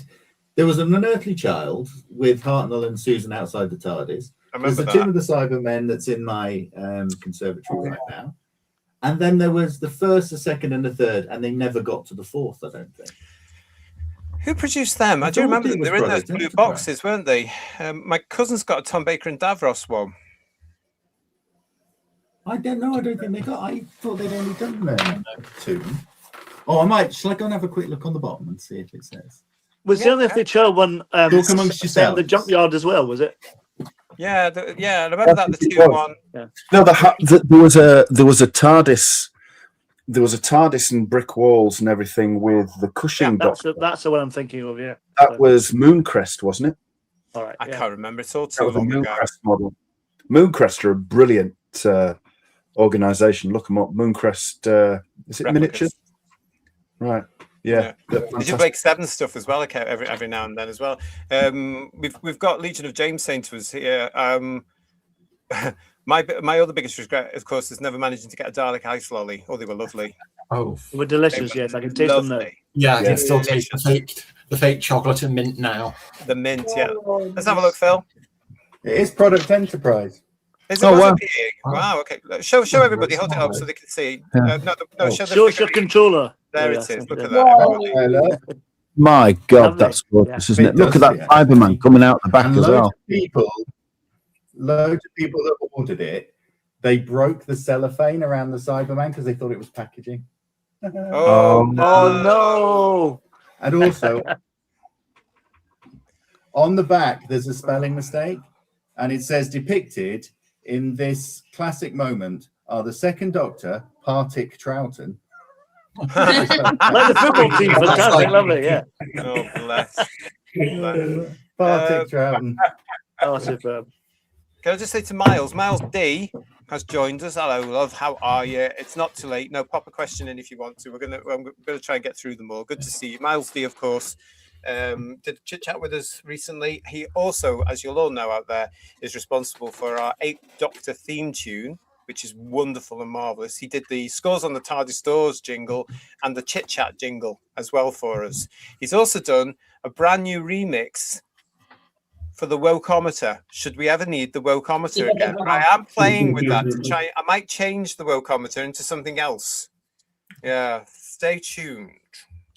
Because hopefully we're not going to need the wokeometer for some time. Fingers crossed. Hopefully, yeah. What else have we got here? Let's have a look and see what else in the chat. Oh, Problem Being's with us as well. Problem Being, our other talented musician here on the channel, of course, did our main theme for Who's Views and our Carry On theme. There you go, which has gone down very well with you all. Thank you for that one. Yes, so let me just see. I've got some saved there, so let's just have a look at that. If we go into this bit here, Virtual Baz wants to know: are you going to make Who's Views underpants, and who would be on them? More importantly, who would be in them? Well, it wouldn't be me if the thumbnail's anything to go by. Merry Old Soul Giggle Smith saying should start a Discord for organising a book club. What's Discord, Kirst? It's like a private chat server so that you can chat with the chat. That reminds me, actually, thanks for that. You'll have to give me more information. That reminds me, I've had notification yesterday, actually, that if you're watching us on something called Vimeo, whatever that is, or if you're using... Is that a drink, is it? I'm not sure. No, it's Vimeo, Vimeo. If you're using Vimeo, you can now chat to us. That has now been open to you. So it's not just Gmail now. So if you've got Vimeo, you probably bought it. If you've got Vimeo, whatever that is, you can chat to us via Vimeo. Okay. Actually, sounds like something you clean your lab with as well, doesn't it? Yeah. Vimeo. Down the Anyway, U-bend. That's it. You lot will know more about that than I do. Funky is saying for a super chat, Tangent Twin spin-off. Does JT need to tender it? The tender is out there right now. Yes, it's out there right now. I have to say. John Steed, it's good to see you. My question is, which is your most cherished Doctor Who annual that you've ever received? Mine was the 1974 annual with John Pertwee, Happy Christmas Times. Well, Paulsy sold. Yes, but I got my 50th birthday present of the first Pertwee one. That's probably my cherished one now, I think, yeah. I think probably for the same reason as John, the 74 one, which I was given Christmas 73. And I to this day, I can remember being so thrilled that I had this book, and I just went through it cover to cover, non-stop for weeks on end. I love the cover for that, George. It's amazing, isn't it? Yeah. The montage of photos of Pertwee. Yeah. I have to say, I treasure all of them. The ones I got when I was a kid, because I was very lucky. Yeah, I got several annuals every year, and bearing in mind back then they were expensive at the time, so I would get religiously Doctor Who, the Dandy, and the Beano every year, and possibly one other, whether it be Safe Space 1999 or Starsky and Hutch or whatever, Blake 7 or whatever. So I was extremely lucky. So I treasured them simply because it's my childhood. But I also have to say, I do treasure that one that I was gifted by one of our subscribers to complete my collection, that Patrick Troughton one. So that is incredibly special to me, and it's over there. Otherwise, I'd show you. There you go. Thank you. Gordon Roxburgh. Hello, Gordon Roxburgh. How are you? It was this one you got, wasn't it? Yeah, that one. Yeah, that's the one. I think that's hello, Gordon Roxburgh as well. Hello. Yeah. I think that's the best. Gordon Roxburgh, isn't it? Wow. Hello, Gordon. We met decades ago, but good to see you here. Yeah. Welcome to Whose Views, Gordon. I don't know if you've been with us for long, but it is nice to see you. I met you. Was it? He now says, knowing full well he doesn't know the dates because it's all a big party in his head. It was late 80s or early 90s, so it's a long time ago. But thank you, Gordon. I was fortunate enough not only to get Patrick Troughton's autograph, but interviewed him as well as the Dwars Panopticon in Brighton in 1985. That's a memory, Gordon, isn't it? I mean, how? Oh. And he wasn't around, was he, guys, back then either? He was very sort of tentative. And Gordon, with you, did he have a list of things you couldn't ask him? Because we've heard about that since. But what a lovely memory. Isn't that fantastic? Yeah. I remember Gordon coming around to Richard Walter's house on a Sunday in the early 80s, and we watched local group Doctor Who episodes from Australia, and we saw Death of the Daleks and stuff like that. It was great. Oh, how fab. Don't know if Gordon remembers that or not. I had to arrive early just to annoy Richard not to sit in his front room till everyone else arrived. Oh, I used to love those days, I tell you. Stephen O'Neill is saying, question to the panel. Did you ever purchase the board games, Doctor Who, Planets of Monsters and War of the Daleks? I have War of the Daleks, which is battered and bruised there. The box is terrible. It's in terrible condition because I loved it so much as a kid, and it went everywhere with me. So it's battered, bruised and ripped. But the contents are absolutely gorgeous. I've also got the Doctor Who board game from Strawberry Fair as well. The TARDIS Shaker was brilliant, wasn't it? Yeah. It was, yeah. I've got two of them. Yeah. Because there was one without Tom on the cover as well. That's right. Yeah, that's what I had. Just the TARDIS. Yeah. So there we go. And I've got that one. Don't know that one. That's from Sylve's time. It's one of the few bits of merchandise from Sylve's time. Do you remember that other awful board game you got with Tom on the front? It was like the role playing game. Bloody awful. Remember that one? Yeah, it was horrendous. That was absolutely horrendous. This one. I have both of those games. That's the one that was boring as hell. Yeah, I remember. Yeah. That's a proper role-playing game, though, isn't it? Yeah, Like they have nowadays. Bloody awful. I hated this. I couldn't get into it. It cost me mother a fortune. I was exactly the same. I opened up this. This is really boring. There's no figures, no TARDIS shakers, nothing. Yeah. I have both of them. I didn't buy them. Both of them were given to me as gifts at like Christmas or birthday back in the day. And like you, JT, I ended up with 2 copies of the Doctor Who board game. One with Tom Baker on the cover and one without, because it was my mum and dad who bought me both, and they didn't realise it was the same thing, just reboxed. Exactly. But you didn't tell them that. You just, I'll keep them. No, we didn't. No, well, I didn't know until I unwrapped it, but they didn't realise. Yeah. Because it then got reissued with that sticker of Tom on the cover. Yeah. They didn't realise it was the same thing, just slightly repackaged. Those board games we had in the 70s, though, were bloody brilliant. Yeah. But like you, I absolutely adore the War of the Daleks. I remember my gran gave me that for Christmas. Would have been Christmas 1975. Yeah. Oh, I can't remember. It's brilliant, though. The Daleks, you turn the thing, didn't you? And the Daleks the Dalek control room, and they moved around. Yes. And they were humanoid figures as well, weren't they? Yeah. Yeah. Mine's still in perfect condition. As I say, it's just the box that's an absolute shambles, but it's over there, out of the way. So I don't. Should we have a game in Blackpool? Yeah. 8 little Daleks. That's not coming to you, Loss, I tell you. You're not getting your Come on, we'll have a few pints and a game. Drinking game, War of the Daleks drinking game. Not a chance. And we'll live stream it. I might bring you this one because I've got 2 of these. Do you remember these? Everybody has seen it. No, I don't know that. This is the DVD game. They were very in at the time. I've got that and a Harry Potter one. Take a shot and then you don't have to watch the clip. Miles has got a question for us. Here's Miles D. I'd like to ask the panel, if Doctor Who returns to 25-minute episodes, but the series still has the same number of episodes, what way would you break up the series into individual stories? Doctor Who returns as 25-minute episodes, but the series still has 2s, 4s, and 6s. I think we've done it. Yeah. How would... No, but if it's the same number of episodes, that means there's only going to be 8 or 9 episodes anyway. Yeah. So it'll be shorter than a Sylvester series, won't it? Yeah, it would be. Yeah. If it does come back as, I would say 35 minutes, which is, as you know, is my preferred choice, I would put it on twice a week. And I probably would do Saturday and Sunday. But, you know, in this day and age, you just don't know what's going to happen. I think the thing is, though, 9 episodes happening with short episode runs of Doctor, they don't make enough impact on the general public.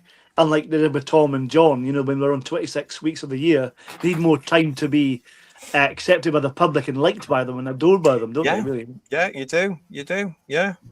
And you need more of a run. So, for example, if the next series comes back, I reckon it will have a 5-series deal.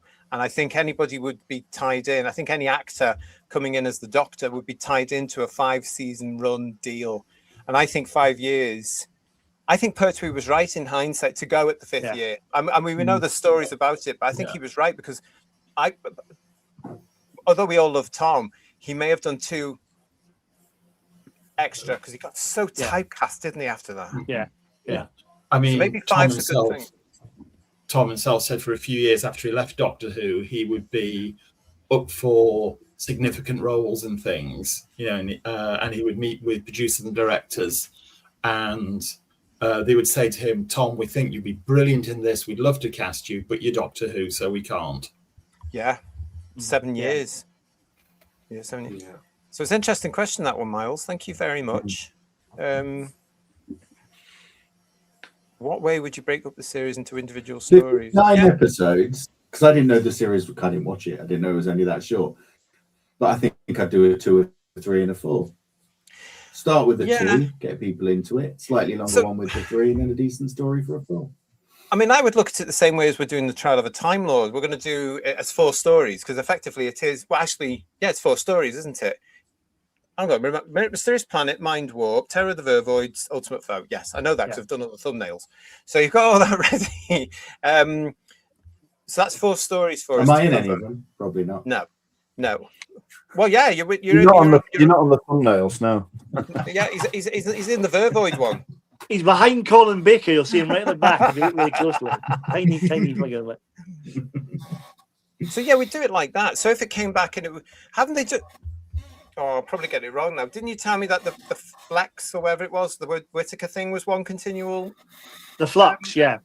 Wasn't that one big story? Oh, the bollocks, as we call it, fondly. Yeah. Well,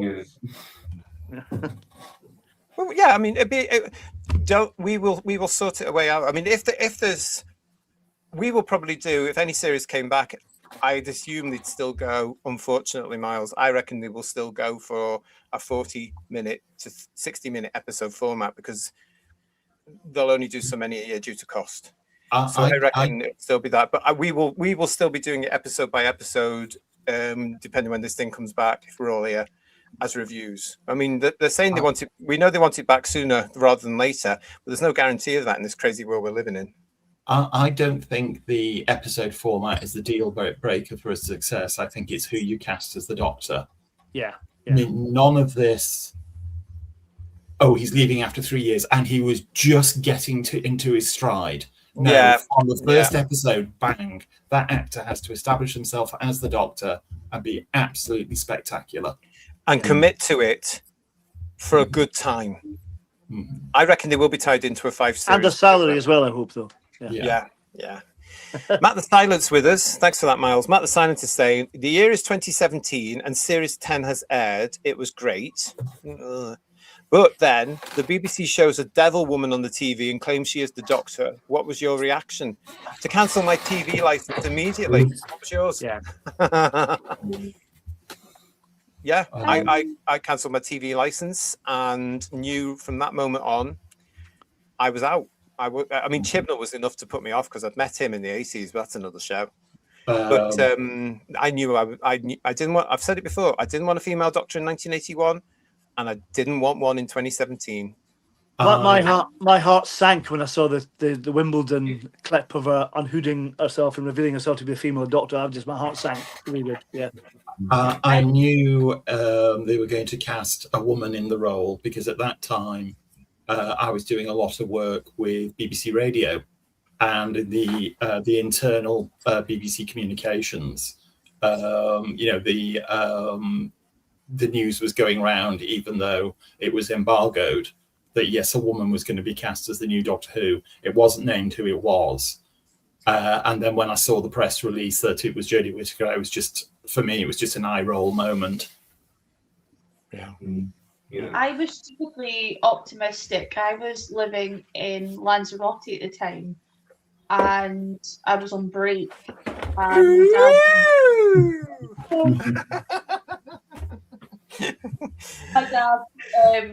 My dad's also a massive tennis fan, and he was obviously watching the Wimbledon final.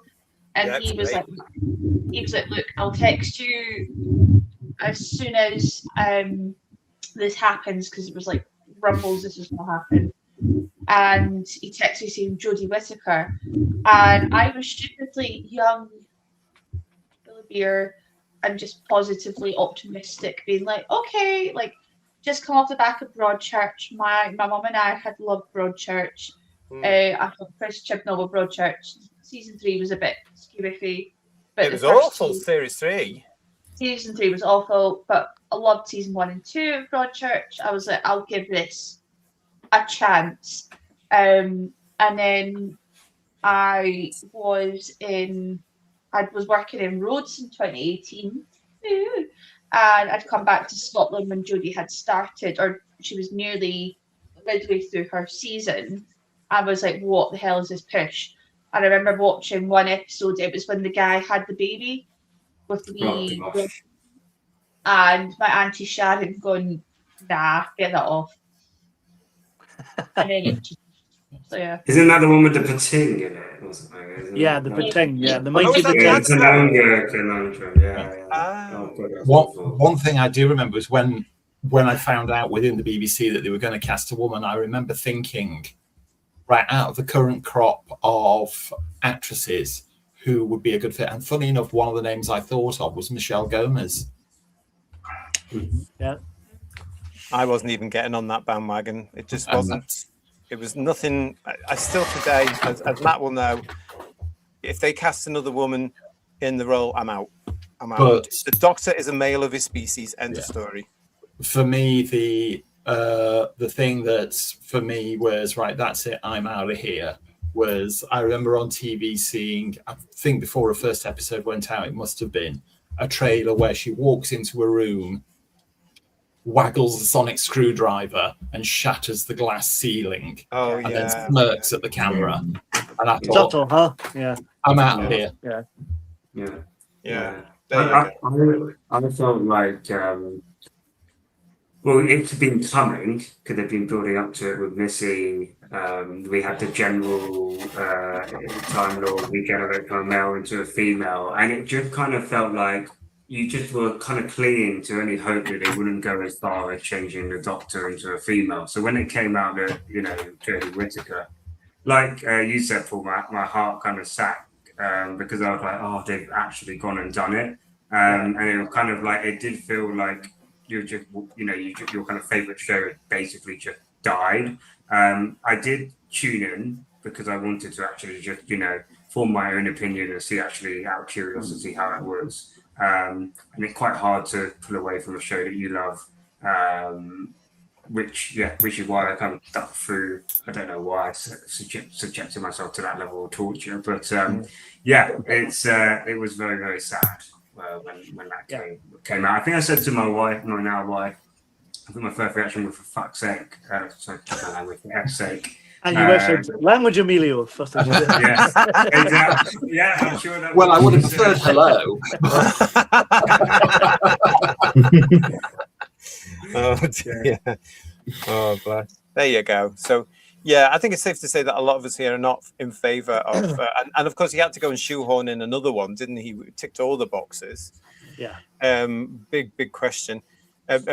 Mistake in my eyes. Thanks for that, Matt. We've got Ezra saying, JT, do you have a copy of John Pertwee's autobiography called Moon Boots and Dinner Suits? Do you know what? I do, but I don't know where it is. I was that's the one. one. That's the one where he's standing on the on a shingle beach, isn't he? On the cover. With the yes, Moon Boots. I've got a copy of that as well. Yeah. I do have it, but it's not on my shelf, so it must be in one of the boxes that are still on the other side of the loft. That I can't be bothered to unpack, and haven't got the strength to unpack at the moment. But I have a copy of that signed by Pertwee. Sadly, not signed to me, and not got signed by me. But I got it, and it is a legit signature. But what does it? Yes, it takes up most of the page. Yeah. Yes, of course. But then it's his autobiography, so you aren't going to be wanting anybody else's anyway. So and he was bloody well making sure you didn't. Yeah, it's not quite. It'd be weird if Tom Baker had signed it, wouldn't it? Let's be honest. Can you imagine that? He'd throw it back at you, wouldn't he? God love him. Thanks for that question. Let's see what else we've got in here. It's really, really nice. Thank you so much, everybody, for joining us for our team catch-up tonight. Good to see you all. At this point, I just want to say as well, thank you to all our mods, including, of course, Kirst and Legion of James and Problem Being. Thank you so much for being in the chats with us when we're doing all the shows, especially the big show on Sunday's headlines. So thank you so much. Appreciate it an awful lot. So thank you. Making sure everybody's happy and safe in the chats. Really good work, the three of you. Well done. Keep it up, please. Absolutely fantastic. We did get a good question, JT, from I've got a note of it. Stephen O'Neill, 2757. He asked everyone on the panel, if you could have one Doctor Who story you could take on a desert island, which one would it be from the TV series? Oh, how do you pick one?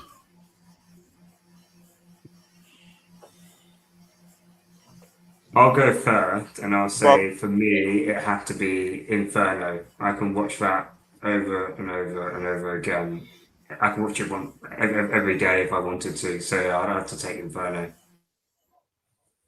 Oh, brilliant.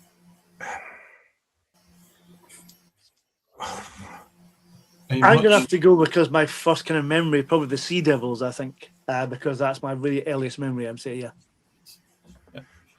Much as I adore Tom and he's my Doctor, a very strong contender for me would actually be Carnival of Monsters, which I think is absolutely sublime.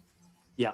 I was watching that just the other week there. Actually, Carnival of Monsters. I needed inspiration for the thumbnail for when we eventually do the review, so I'll just go and watch that. Very. That's a damn hard question. I want to say I'll probably go the Web Planet. Would you? You liar. But That would have been a long I'm stay just trying for to get you. the Ghost of William Island, Hartnell out my internet. If you're going to go Hartnell, it'd have to be the Time Meddler. Yeah. Yeah. Oh God, that's a really difficult question. I'll go Only Time one. end Meddler. up can take- coming for Demons, I think, because it's got everything. You know, it's got Pertwee, it's got Manning, it's got the unit at the height of its powers. It's a bloody good story. It's perfect 70s Doctor Who as far as Pertwee's concerned, Earth-based. I wouldn't be able to choose a Tom Baker story, I don't think, but possibly Talons, which I'm watching at the minute. That is just... Yeah, it's genius. I think for me, and it's a really difficult question, it'd have to be Pyramids of Mars, just simply because of Tom and Liz. Yeah.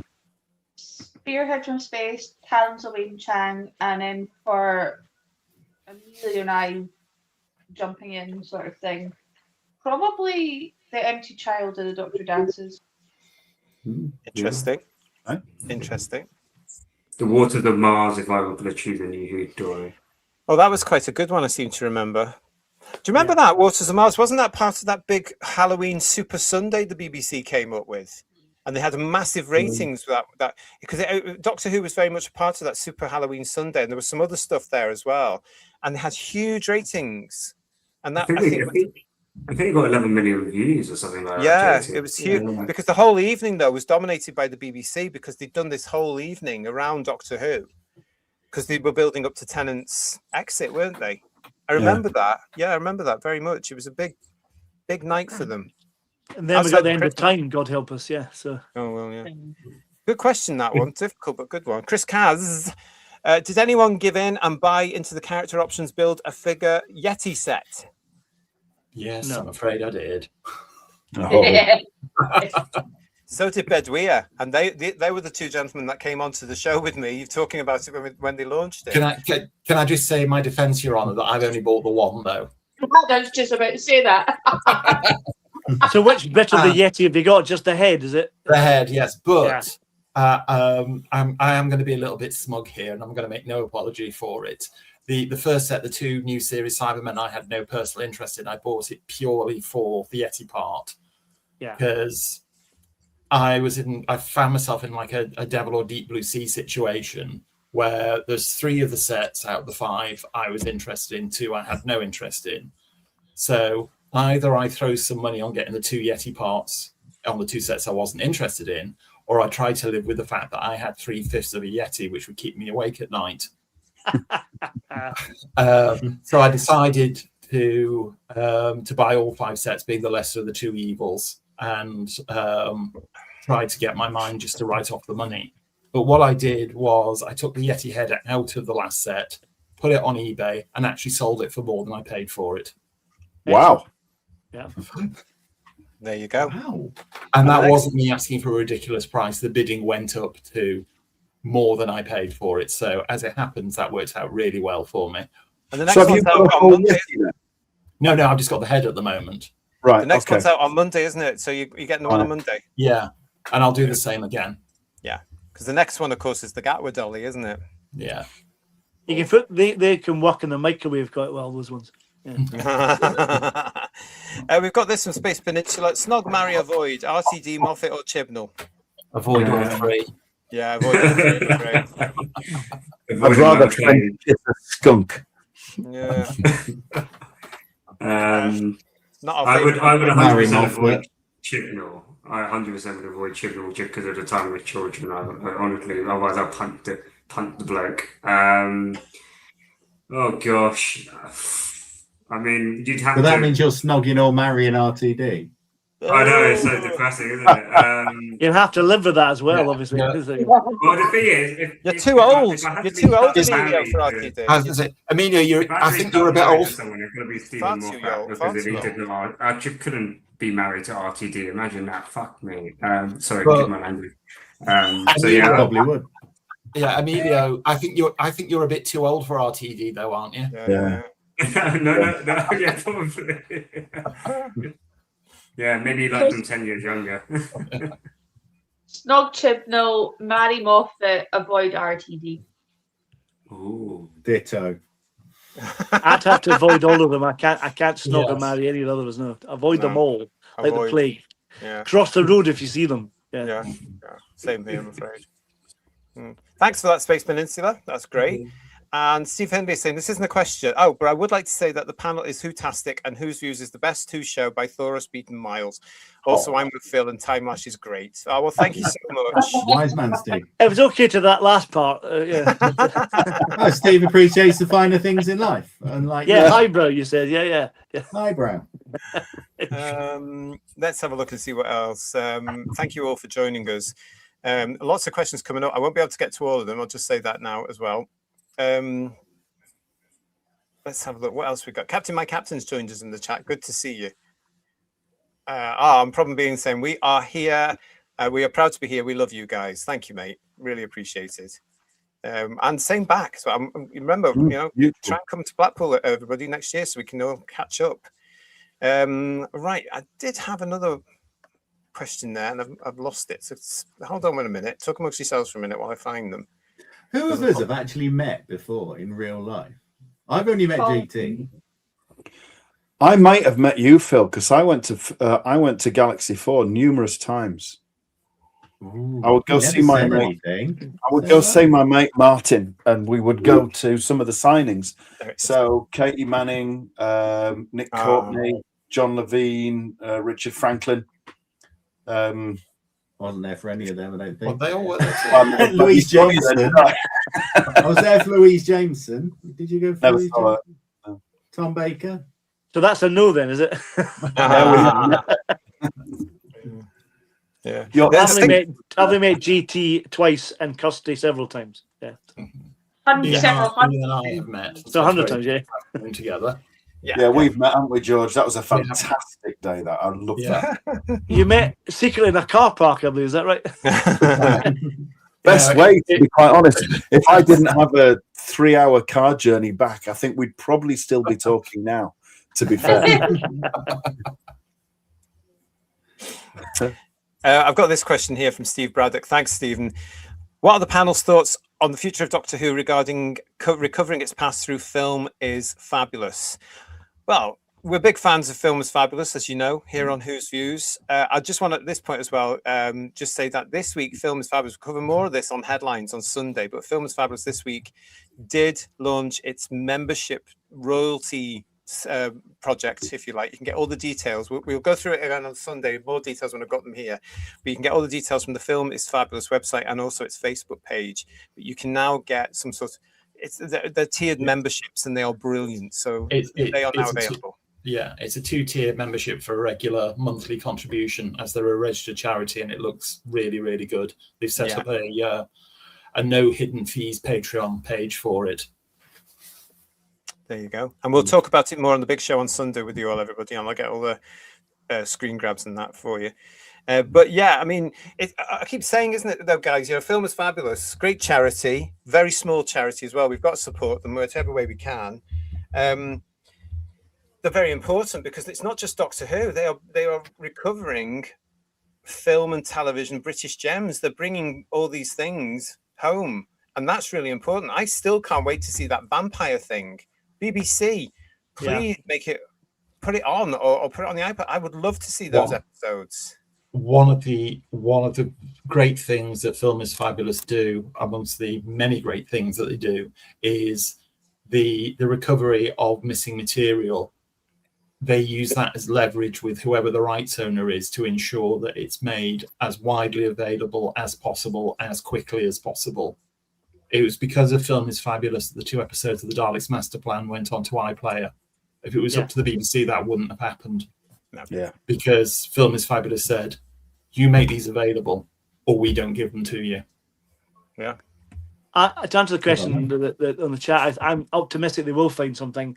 But if anyone's going to find anything, it's Film is Fabulous. Yes. After the 2 wonderful episodes of Master Plan, I'm sure they'll find something else. And God bless them.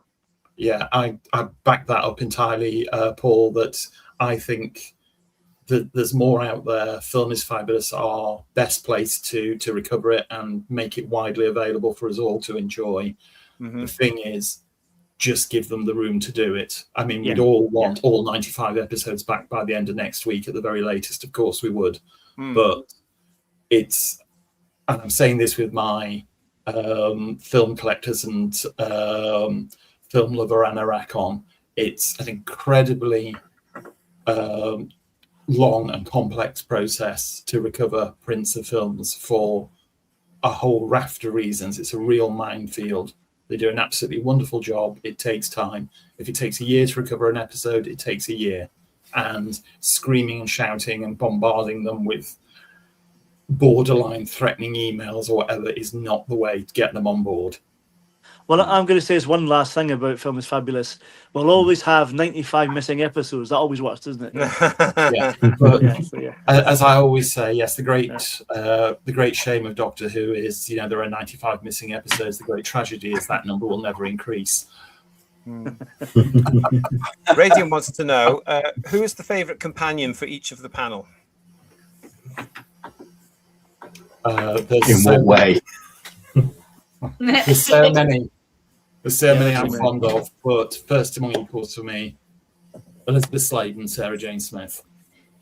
Yeah, Sarah Jane, yeah. For me, Liz, obviously, she's my number one. Everyone else? Perry, Nick, the lovely Nicola. Okay. Colin and Perry. Why? Phil, any particular points? Planet of Fire. I think she did an immaculate performance in that. I rest my case. But no, I like the Colin and Nicola relationship. I think it's cool. I think they're good together. Yeah, it's hard to get past Liz, just obviously for what she means and the fact that she crossed 2 generations. But I will say something slightly different. I actually am a big fan of Liz. I love season 7 of Doctor Who, and so Liz Shaw as a companion. Liz, for me, honourable mentions for Liz Shaw and Harry Sullivan. I forgot for honourable mentions. That's be Jamie McCrimmon as well, I have to say. Well, and Joe Grant. Yeah, they're all great. They're all good. Yeah, it's amazing. An honourable mention also, of course, for Mary, who's my second favourite. And Adric, of course. I'm just here to stir things up. Bless him. God love him. Radium's actually saying to us that Leela is the correct answer to that question. A big Leela fan there. Do you know, back in the day when Louise Jameson first came into the series in New Year 1977, I was completely indifferent to her. And the only reason was Leela wasn't Sarah Jane Smith. Yeah. So I just didn't engage with the character at all. And then when Leela left the series, I wasn't in the least bit bothered. And then must have been about 10 years later when the video range launched, and a couple of the early ones were Robots of Death and Talents Wen Chiang. Watching those, and I looked at them and thought, bloody hell, she's good. Yeah. She acts her heart out, doesn't she, really? Yeah, she does. Okay, so that's great there. We've got another question here, which is from John Steed.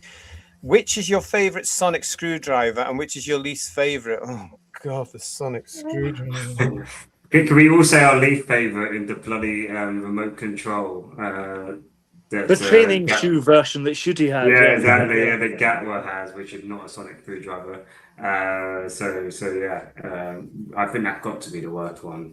But you can also say Jodie one's also quite bad as well. Yeah. The best one, that's a hard one. I always like Pertwee's sonic screwdriver.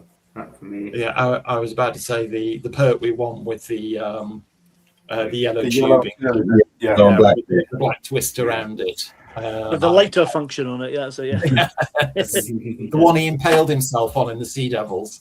That's the one, yeah. I think for me, probably the Tom's version, the early season 12 version, probably, So.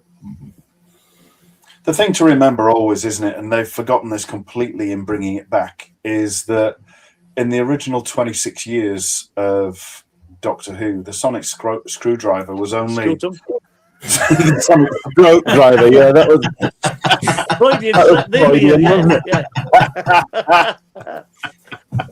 It was only there for a few of the seasons. Whereas now it's never present, it's front and center. And whenever you see the Doctor, they're out with it like this or with it like this. And it's like, it's not Harry freaking Potter. It's not a bloody wand. Well, on that, I didn't actually pick up on this until relatively recently. To me, John Pertwee is his persona of the Doctor. To me, is always closely associated with the sonic screwdriver, and yet he doesn't use it until the Sea Devils halfway through his run. Yeah. And he uses it as a tool. It's a device for doing something. Not oh look. Yeah.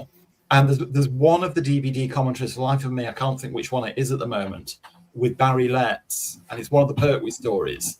And he says on the commentary, he always had mixed feelings about the sonic screwdriver because he said there was always the danger of it falling into the trap that it would be a magic wand that could do anything. That's right. He said that's exactly what it can't be. And he said, unfortunately, that's the trap they've fallen into with the revived series. It's now a magic wand that gets them out. Say anything you like about him, of course, but Nathan Turner said something very, very similar years later, which is why he got rid of the thing. Yeah. You know, I have to say, when it comes to sonic screwdriver, I am over that bloody thing. I am sick and tired of that bloody sonic screwdriver. They turned it into something that they could make toys out of continually. That's the reason there's a different one for each incarnation of the Doctor. Oh, ka-ching, ka-ching, ka-ching, ka-ching. So that character or whoever could push out another version and people would go and buy it. Cosplayers being the worst of that, obviously, because they have to have the latest one to go with the outfit, which I get. But it just became a marketing tool for me. And as you're saying, guys, you know, it was supposed to be a tool, an instrument for the Doctor to use in his adventures. And it just became something of you, like you're saying, Ian. I'm sick of it. It's like the wands in Harry Potter. And I am sick of it. And I would like to see it gone. I don't care about the marketing. I don't care about the figures. I don't care about toys. Go. Just get rid of it and talk about and write a bloody good story and use the Doctor's intellect. Because, they're waving it around every 2 minutes, aren't they? We saw it in that one we reviewed recently for the Cybermen series with Capaldi and the two masters. One master and a woman. What was that called? World Enough and Time. That's the one. And there's Capaldi at the end when he's supposed to be nearing the end of his life, or I'll go and watch the episodes for other versions of that. And he's doing this because that's what he's been told. Matt Smith did it all the time as well. It's not a weapon. It was to open doors and I think it became a lazy plot device. You know, if I remember correctly, the Power of Three, written by Chris Chibnall, is that whole thing is sold by the Doctor just waving a screwdriver at the screen, and that was the plot sold. Basically, it's just lazy. Although when they brought it back in 2005, I remember Christopher Eccleston's season, the sonic screwdriver was not overused at all. It got progressively worse as the series went. Actually, when it started and it came back, it was really just for opening doors, and it even looked like an actual screwdriver. So I think they got it right in 2005. They just got carried away with it, I think. It's because they saw how much money was coming in from the marketing of those original sonic screwdrivers, because I've got 3 or 4 of them. And that's just me. So imagine how many kids and collectors were. At last, we've got a sonic screwdriver toy, and you can actually use it, and you can put a battery in it, and it makes a noise in that. I mean, that was a novelty back in 2004, 2005, 2006. That was a novelty because we hadn't had one before. But it just that they saw the returns and they went, no, you've got to have more. You've got to do this. Keep going with this. Keep having sonic screwdrivers because they'll sell. And it's just got so ridiculous now. It's just a tired thing, and it's something else that the version that's just finished has ruined. I think. In my opinion, the sonic screwdriver was summed up perfectly. We're all familiar with the video that came out years ago, the Tom Baker years, where Tom watches clips from his stories and comments on them. And one of them, he says, yes, the sonic screwdriver that could open any lock in the universe. Except, of course, when it couldn't open every lock in the universe. Even the sonic screwdriver won't get me out of it. If I may, I think the sonic screwdriver being overused is kind of related to the 45-minute format, because I think in classic Doctor Who, if something needed to be built, some scanner or some, it would be a part of the story that he needs to find the bits and he'll build it. But there isn't time in 45 minutes. So you just need to have something that's ready built, and therefore the sonic screwdriver does the job. That, formally would have been a part of the story. It has gone insane because they gave one to John Hurt's version of the Doctor, and then they could market that. They've given one to Joe Martin's version now, so they can market that. That's eventually going to come out somewhere. I don't get it, and I don't understand this fascination with this bloody thing. Well, to an extent I do. We've had a whole load of young people growing up with this, and they think it's essential for each Doctor to have his own version of the sonic screwdriver. And yet, as far as I'm concerned, from Pertwee to Peter, it was the same thing. Okay, just slightly redressed, which I can forgive, but it was the same thing. Yeah. And it's now the same when it comes to, you have to have a different console room set for each new one. No, you bloody don't. Save your money. So why did they get rid of the Capaldi one for Whittaker? No idea, but the Whittaker one was bloody awful. It really was. It was awful. It was absolutely awful. Well, why, from a production point of view, why bother? You've got an existing set that's there, and it was a lovely set, favoured by actors, favoured by directors, look good on screen, and you're coming in, you say, dismantle that, and I'll replace it with a brick. Why would you bother? Is it just arrogance of I've taken over now, it's my show, so now it's going to be better? Yes. Yeah. And we've got a whole generation of kids that have grown up with it thinking, hang on a minute, if they look at the 1963 to 89 version, it's basically, let's not get nitpicky, it's basically the same set all the way. Can we not get nitpicky, please? No, but you know what I mean. Yeah. It's three flats consisting of door there, console there, round circular walls. That's it, all the way through those 26 years. And now they have to play with it, George. Every 4 years they have to play with it. Knock it off. Elements of the original 1963 TARDIS set survived certainly right through to the end of Tom's time. The doors. Yeah. They were the original ones. Yeah. So didn't the TV movie set the precedent? It was with McGann TARDIS, and so that where it was a big shift, and that's my understanding. Sorry, Amelia, but I would say the thing with that is you can forgive it because it was Canada. And by that point, by that point as well, the BBC set was well gone. It was well gone. So it gave an opportunity. But had it, as we know from Phil, for when he came on the show, had it gone to series, that set would have lasted probably longer than McGann because it cost them so much money to build. I mean, let's have a look at the thing they built for Gatwa. His sonic screwdriver, getting back to that point, load of crap, doesn't even look like a screwdriver. For, I reckon, and I'll say it again, they couldn't have a black man with a pointy device. I reckon that's whereas Jill Martin's got one and she's a black woman, so how does that work? I'm not quite sure. But she's a woman. Oh, I see, right, okay. You know what I mean? The stereotype isn't quite the same.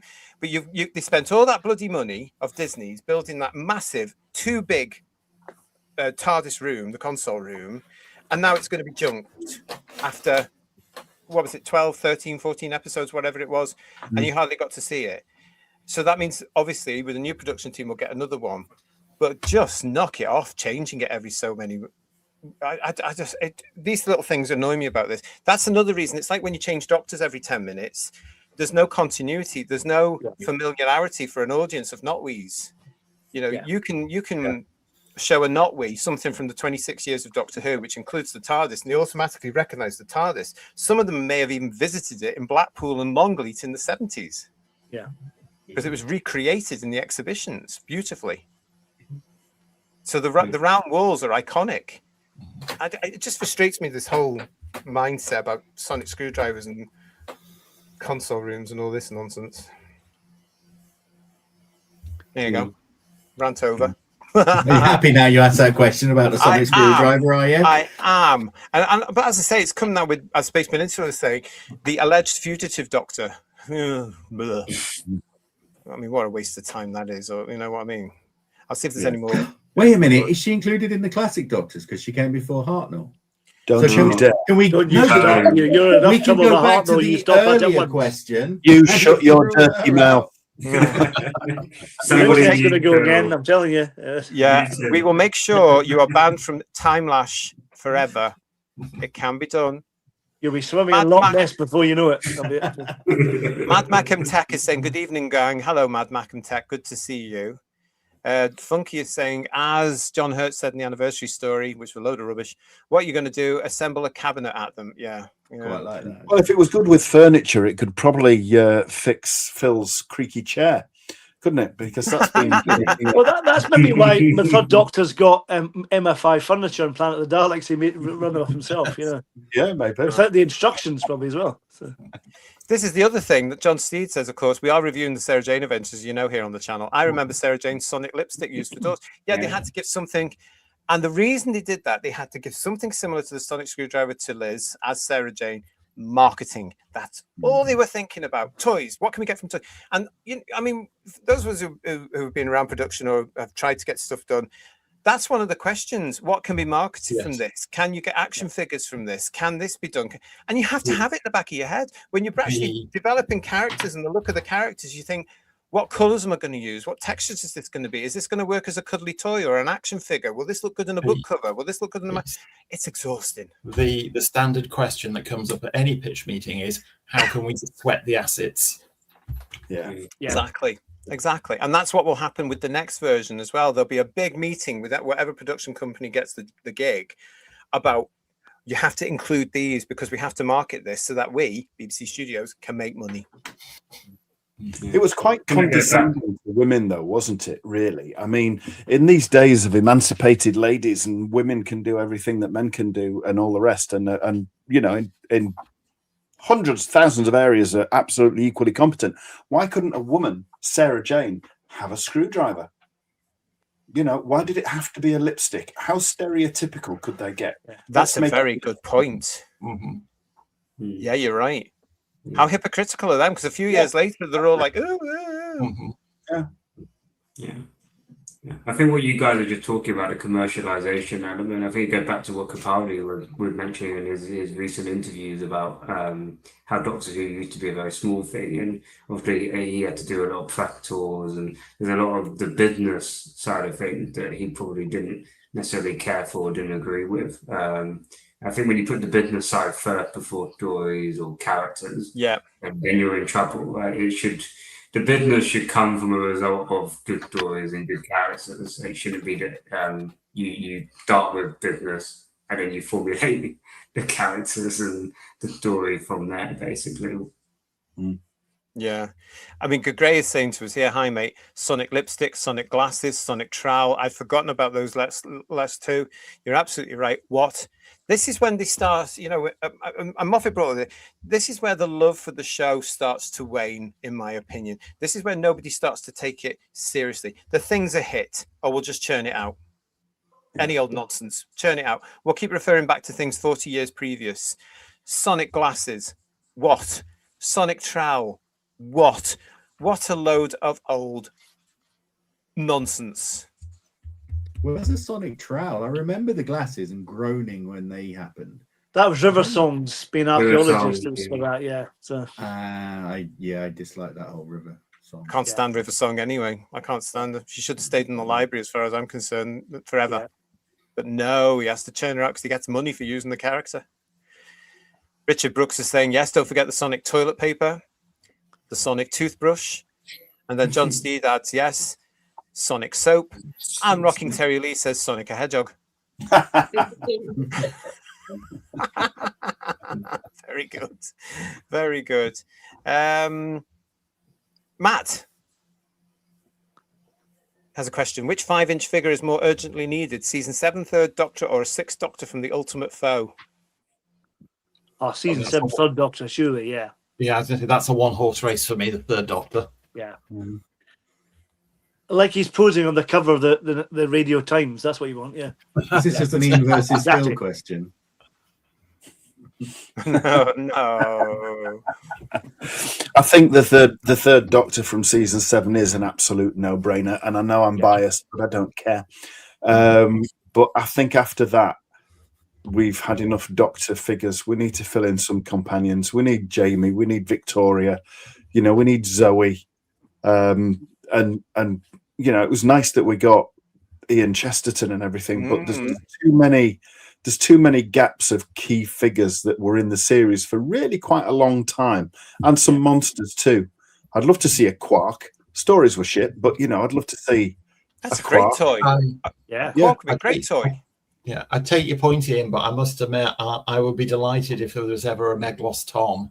Oh yes. Oh yeah. Now that's fair enough, because that's more of a monster, though, isn't it? Yeah. So, but yeah, I think that'd be great. And easy to do, because you've got the Fourth Doctor figure there. So you just put all the cactusy bits on him, and then you could include in the set an actual cactus from another range. Yeah. And we'd buy it because we're thick. I'd pay good money for a Bill Fraser as well. That'd be quite good, yeah. Oh, bless him. We could have a builder cactus, a set over like 5 different sets. What a great idea! That's original. Build an Arato. Shift some cat. Well, that could be a bit scary. The last bit would be interesting. Yeah. We don't want an action figure Arato now. Which classic villain, as Space Peninsula, should never have returned in the new series? I'd say the Zygons, personally. Yeah. I think I'd say the Zygons. Yeah, they were only there for Tennant, weren't they? Sontarans, you don't. Why did you say the Sontarans, Emilio? I mean, it's probably more to do with the fact that they just made them overly comedic and silly with Commander's traps and all of that stuff. Yeah, but I actually think, just think, you know, it had its place. Like, I felt like the 70s is really, you know, kind of really suit the Sontarans. I don't know, just in terms of the TV makeup, the way they look. I mean, I just think it suits that time. I think when you put it into a modern camera, it doesn't. Visually, I don't think they looked as good. I know they tried to recreate it in the Jodie era. It looked okay, but yeah.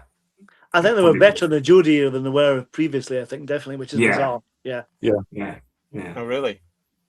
Yeah, they did try to homage the classic series a lot more. They were more authentic, weren't they? They had too many bells and whistles, but they were a little closer to the authentic than that kind of like metallic or powdery blue that the earlier ones had in the new series. And they did get too comedic, and they were made to look stupid and thick, which if you look at Lynx in Time Warrior, they were not stupid or thick, you know, but that's what they made them, you know, possibly Ice Warriors, not because the stories were necessarily bad, but because they revealed the actual thing under the helmet.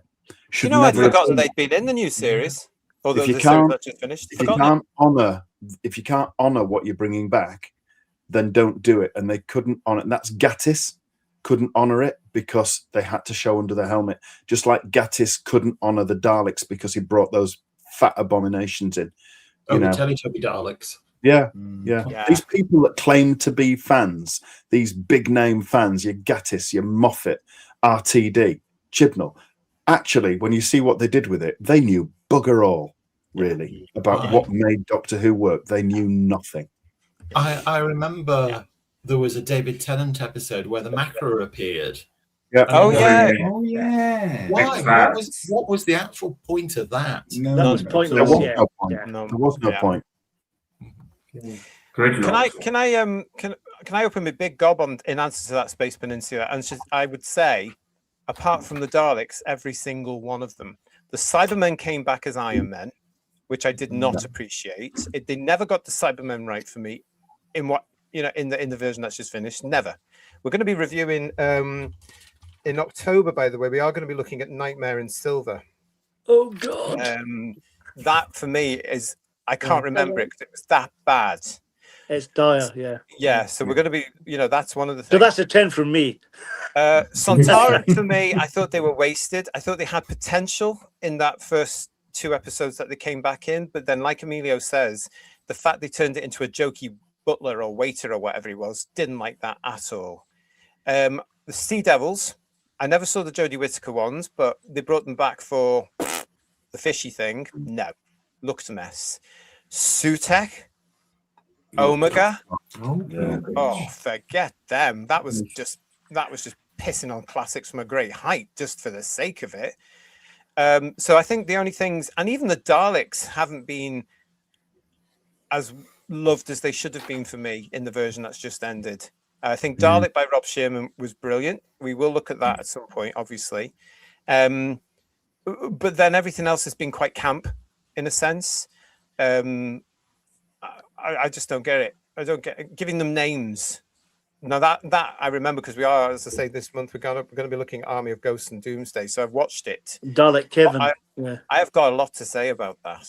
I can't wait till we do the review of that in a couple of weeks. I've got a lot to say about that. The one thing about the revived Daleks, though, for me was, as the one right behind Ian demonstrates, they were very heavily influenced by the look of the movie Daleks. Yeah. Oh yeah. Nothing wrong with that at all, is there? Really, I don't like all the fact that they're bronze. I didn't like that for the Daleks. I don't like that bronze thing. The Zygons definitely Space Peninsula. Waste of time. Shouldn't have been there. A lot of you know my opinions of Day of the Doctor. I would have done that completely differently. I would have had John Hurt with the as the big main baddie. The Daleks in it because it was their 50th anniversary as well somehow. But I wouldn't have introduced a new version of the Doctor, and I wouldn't have had the Zygons in there because they were just. They were not relevant. They were in there so David Tennant could go ooh and be the fanboy that he is. Yeah, which is really annoying.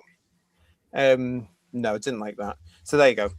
That's my take. I don't think I've forgotten, Ian, that the Ice Warriors were even in the version that's just ended. I actually liked the Ice Warriors until they were revealed. I think the actual recreation of the costume wasn't too bad. Although they chickened out of the clamping hands and made them fingers, which was a bit weird. But I think the look of them looked really good and the performance is quite strong. I just think the reveal was like, well, you're doing Dalek again, are you? That's what it looks like you're doing, you know? Same kind of idea. Yeah. It gave them an excuse when they built the costumes to bring them back for Capaldi, though, didn't they, as well? But I don't remember that episode as well. I thought it was quite a good episode too. I just hate the fact that Matt Lucas is in it and Michelle Gomez in it. It's wasted, both of them. Yeah. I can't remember the Zygon ones with Capaldi. I was so disengaged at that point. I was starting to get. I was watching it because it was purely habit, and I was a fan. But apart from Capaldi, there was no point in watching it. To be quite honest, at that point, you know. I can't remember single episodes of new Doctor Who at all. They all blend into one kind of homogenous. I know the Sontarans are in it at some point, and I remember vaguely.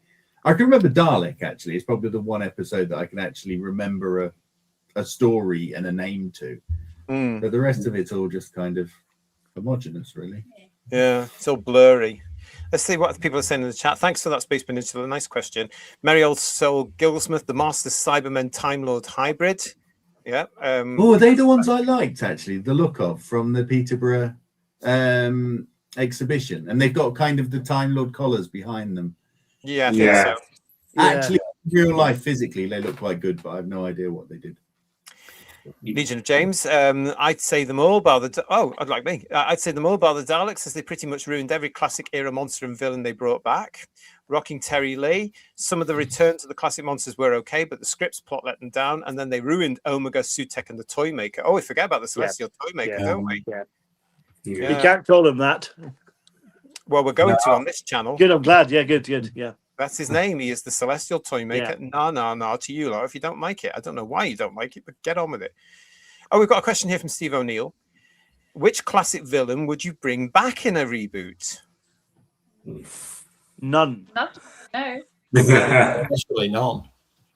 Create your own new ones. That's the thing. Yeah. Yeah. I agree. Yeah, none. I think it's a fair point that they got pretty much all of them wrong with the new series. Rob Sherman's Dalek was good. There was elements of Parting of the Ways that was good. The way they just swept through the space station and nothing could stop them. That was proper Dalek. That was the numbers of Daleks that we always saw in the annuals and the comics and things like that. But I think they pretty much effed every single one up that they brought back. And of course, we forgot the Autons. They never really got the Autons right either. With that silly jerky walking, the Autons didn't do that. They would just march, wouldn't they? They would just come out and relentless. Whereas you're right. I'd forgotten about them as well. And that was their first episode. They got them wrong. They were in Matt Smith's as well. And didn't they turn Rory into an Auton at one point? That's where I started to check out. It got far too confusing for me. And I also forgot about this from Rocking Terry Lee. The Great Intelligence returned. I'd forgotten that as well. Yeah,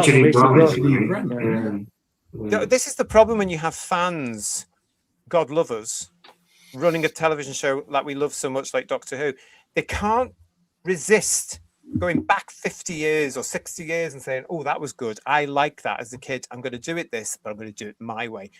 So I would say, in answer to that question, the Daleks. You have to have the Daleks in Doctor Who. You've got to sit down with the Terry Nation estate for a few days and you've got to work the deal out and you've got to do it because the Doctor and the Daleks and the TARDIS are the three main elements of the show. So I would say you've got to have the Daleks. I wouldn't want them every year like the Terry Nation estate seem to think we should do. No. But no, I would want them every now and then like we did in the original 26-year run, but they have to be good, cracking stories. The fact that you use them every single year like they wanted them to demeans the Dalek. It takes something away from it because you get bored with the same old trope. The Doctor's going to beat them in 40 minutes. You know, that's the problem. Yeah. But I would say apart from the Daleks, possibly even the Cybermen if done correctly, but not all the time. But the Daleks, definitely. Everything else, new. You have to bring brand new baddies and monsters into Doctor Who so it continues the show forward. Because if you do what Moffat and RTD and Chibnall do, and you keep referring to the past, you're making mistakes, and they've proved it. Yeah. There was also proof in the new series that when you do create something new, it really works. I mean, the Weeping Angels are as big as any Doctor Who monster now. True. I think the Ood are a very iconic. I wouldn't call them villain, but monster. You know, there were things in the first batch of the series that were. The silence wasn't too bad. So exactly. So, but it felt like that was the limit of their creativity, and there wasn't more, and they should have focused on building more new stuff. And then on the odd occasion, you could maybe mix something from the classic series. I mean, Impossible Planet Satan Pit with the Ood and the demon creature at the end. That was a really good 2-part story that just, you know, it was great when the Ood turned and were chasing them. That had real edge to it. But then they brought the Ood back more and more, and they were dafter and dafter, and You've got to have creators, haven't you? You've got to have visions, and it's science fiction. Come on, have a look around you. There are monsters in everyday real life. Sci-fi them up, and you can really do a lot with it. I wouldn't even bring back Davros. He's had his day. He was ruined as well.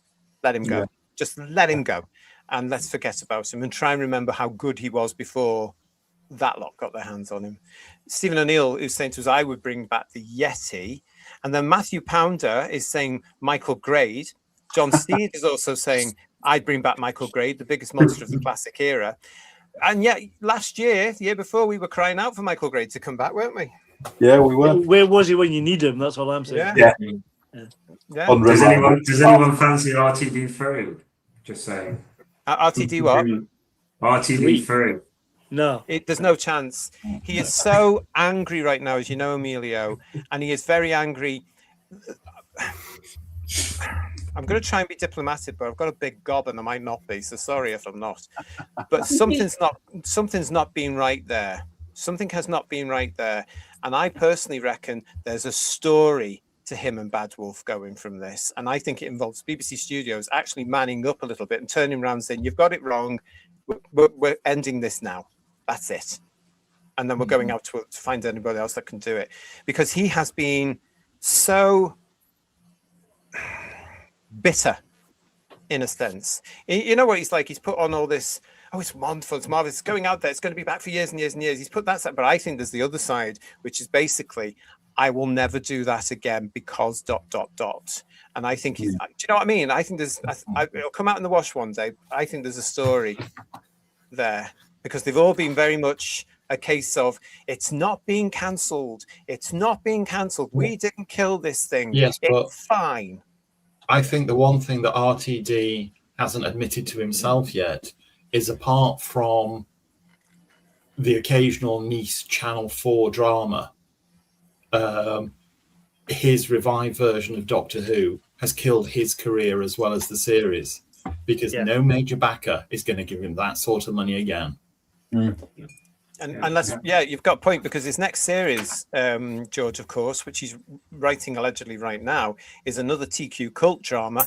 Guess what, everybody? Yeah, set in Manchester again, set on Canal Street, strangely, for Channel 4, with the same production company, with Nicola Schindler, for broadcast in 2028. which will have a budget of around $1 million, which in today's terms is not a big budget show. Yeah. But the days of him, having the likes of Disney throwing $100 million at him and saying "do what you want," they're never coming back for him. No, I don't think. And why should they? Because anybody can be up to the point now. See that version you did with Disney? How much? Mm-hmm. What? Yeah. I still can't see the money. Yeah. And the whole world watched it crash and burn. Yeah. Well, and George, the thing that he was most famous for bringing Doctor Who back, which was a success in those first 5 years, he's butchered and been the one that kills it. Yeah. So that third era, and in the eyes of the public, in the eyes of the industry, doesn't matter now because he's the one that killed it. Yeah. So he's undone all the good stuff he did. Oh, yeah. There's never been a better example of somebody being the architect of their own destruction to me. Yeah. And he did it because he had an agenda. He was angry. You will do this. I mean, he was never the same when he came back from his stint in America, because he got involved with the TQ cult in America and then came back here, and we're enforcing things onto us. Trans women are women, trans men are men. No, they're not. Keep your homophobia at home. Thank you very much. And then he's had this thing with Tiptoe. Do you know what I mean? Where his anger was in that. Can you imagine what the next one's going to be like? Because he's angry again now, and he's written the thing, or about finished written the thing now, and he'll be responding to what's happening now, not what's happening in 2028. And that's what he did in Doctor Who. He would write it now. So one of the things I'm going to say, possibly, when we have the review of the Army of Ghosts thing, is how dated does that look? If you haven't watched it yet and you're going to watch it, and you're going to watch it for our review in a couple of weeks' time here on the channel, it's all on the thumbnails up for you now, so you can set a reminder. It's dated. And why is it dated? Because of the things he pushes into it. It's very much set in 2026. But another thing to bear in mind is if he's got another series which is due to air in 2028, as we've witnessed over the last 12 to 18 months, public opinion, the needle has moved very noticeably, and it's moving to the right. Imagine how much more it will have moved by 2028, and how ridiculously out of touch with what the public thinks and the public feels he's going to be at that point. And I have to say, I was horrified to find, recommended to me, I'll just add, on Facebook, an entire group of Tiptoe fans who are all, of course, TQ cult devotees. And they are kissing his arse. They loved Tippy Toey. They loved all this sort of stuff. It's moved on to attack what I would call sane people in society around the world. There's a lot of Americans, not that I'm getting at you all, but some of you are incredibly mad. Of this thing, they're all on there, aren't they? The amount of parents who are celebrating the fact that their 5-year-old, they are putting them into that position of questioning their gender and transitioning them. Wow. That for me, those kids are in danger with those people. They should be taken away from those kids. I was going to say that to me is child abuse, and social services should be involved. Yeah. At that point, I just want to say as well to Jar B, 66, hi all, and catching you live from Boston, Massachusetts, USA. I don't mean it's good to see you. Nice to see you. That was good timing. Yeah, I honestly, we love our friends abroad. We do. We're all friends here, but it's happening in Britain now, isn't it?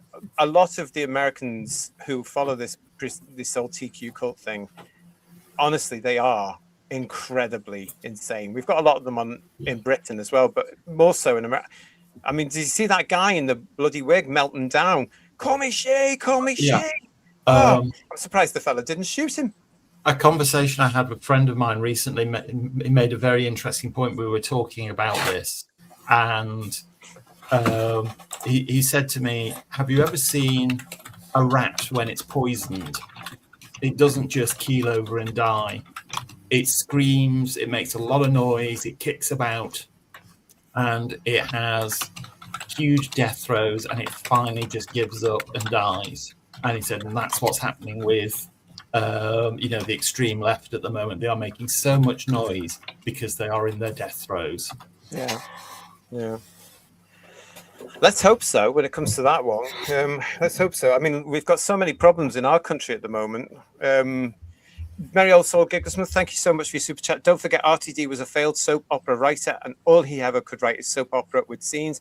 You'll know, Merry Old, how I have always said the new version, or the version that's just finished with Doctor Who, was too much of a soap opera for me. Now, in the first year, I remember in 2005, guys, not liking those soap opera elements, but turning a blind eye. Because if you remember, as we're watching this, we're thinking, we don't know where the new audience is yet. So this has been a safe route.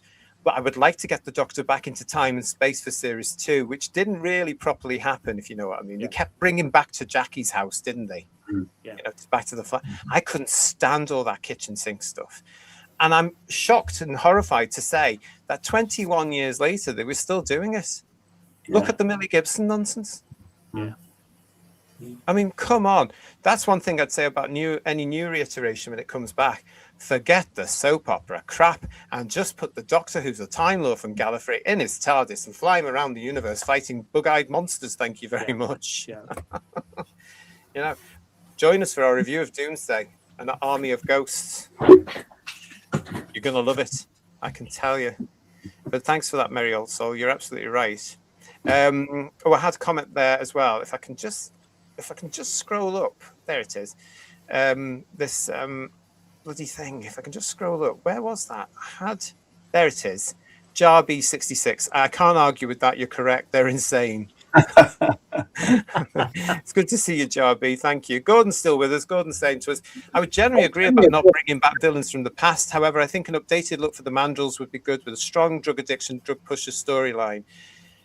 Gordon, I've always said, and I would say this to Bob, because I don't know if you know, Gordon, I worked for Bob and Paul Tams for a wee while. I got to know Bob really well. And he was, when I said to him, Nightmare of Eden was my favorite of his scripts, he go, what?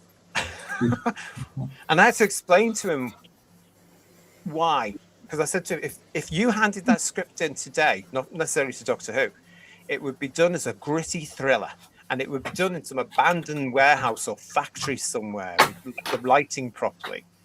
And it would be more about the campness would come out of it, and it would be about the thriller of these monsters breaking down to a drug, because that's a brilliant bloody idea. Oh, God, very brave of Doctor Who to do, Ian. But yeah, I mean, despite the jocular tone of some of Nightmare of Eden, it does have some very dark moments in it. Yeah. And there are scenes where there's one I can think of instantly where I think Tom conveys it beautifully when towards the end of the last episode, after the situation's been resolved, and Louis Fiandra, I've forgotten the character's name now. Trist. Trist, thank you. Who is behind it all, is being led away in handcuffs, and he's pleading to the Doctor, my research, it had to go on. And Tom doesn't look directly at him, looks away from him, and just stands there and goes, go away. Yeah. That scene is absolutely fantastic. That's the scene that always sticks in my head from that story. You're absolutely right, George. Tom. Yeah, Ian, it clashes with some of the other stuff. Oh, my arms, my legs, my everything. Yeah. Again, a director needed to hone that in, because the script is brilliant. It's absolutely brilliant. Listen, we're going to be losing Emilio in a second, everybody, ladies and gentlemen, boys and girls. So say goodnight to Emilio in the chat, because we will be losing him in a second. But it could be done. I mean, you could actually take Bob and Dave's script now, Nightmare of Eden, and do it now and make the Mandrels look the way that Bob wanted them to look. Well, the other funny thing about the Mandrels is if you ever saw them back in the day in the Blackpool exhibition. Oh, they look great. They actually look great. Yeah, they did. They look brilliant. I know that Neil Cole at the Museum of Sci-Fi in Allendale, he has one of their original heads. Yeah. Well, there were... I think I'm right in saying that when the Doctor Who exhibition was in Cardiff, there were 2 surviving original Mandrel costumes, both of which were decaying. And they used both to make a good restoration of one costume by using elements from 2 and combining them. Okay. And apparently there's one surviving really, really good restored mandrel out there somewhere. I hope so. That would be pretty good, wouldn't it? But it is a great story, Nightmare of Eden. Yeah. The Target novel was in our school library, so I read the Target novel on the school bus years before I saw the actual video of it. Something similar for me. I got the Target novel from the school book club. What is it with schools pushing these drug-related stories on you? I got the Horns of Nymon from this. Do you remember those book clubs you used to get at school?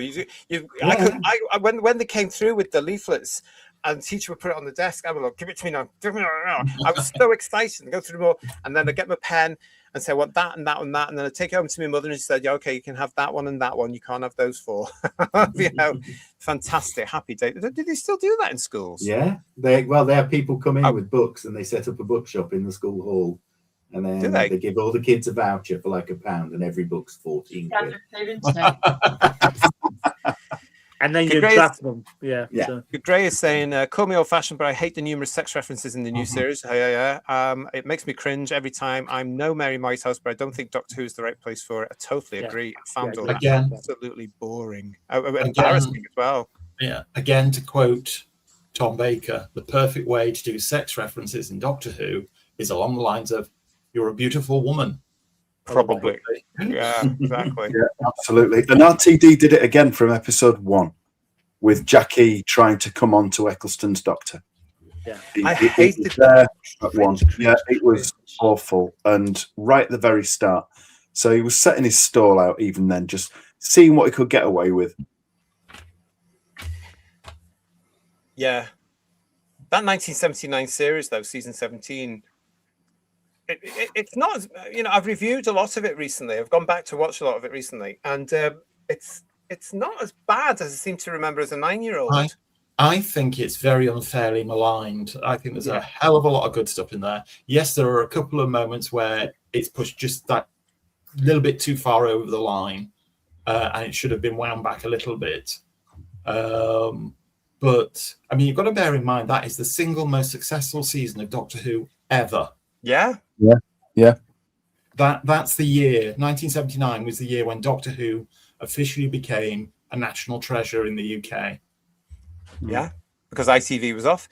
Did you guys get any work done tonight? Says Mark Greaves. Yeah, we did, really. Yeah, we did. We did. Rocking Terry Lee had the question, what's the best contraption the Doctor put together? Mine is the emergency radio in the Sea Devils that explodes. The Who-mobile, probably. Yeah. Oh, yeah. John Pertwee would agree with you on that one because he hired it to the production of it. He would, yeah. And he made some money off it. Or the Ghetto Blaster he builds for Ace. That's the most 80s contraption that's ever been built.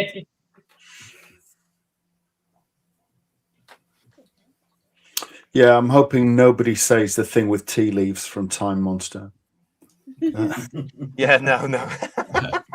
That was just, there was scraping the barrel. I love it when the Doctor used to put those things. I don't know if he ever did it in the version that's just ended, but I remember being thrilled. It might not be my favourite, but I remember being thrilled when in Remembrance he puts that thing together out of everything that's around him, including an eye. Yeah, that was nice, Because that reminded me exactly of what the Doctor should do, As opposed to a little cassette he made for Planet of the Daleks we put on their head. Yeah. I like the thing that he had to tell Osgood to make to get through the heat barrier in the Demons that then also blew up. Yeah. Oh yeah, that was funny, wasn't it? And he was drawing the circuit diagram on the windshield of the motorbike. Yeah.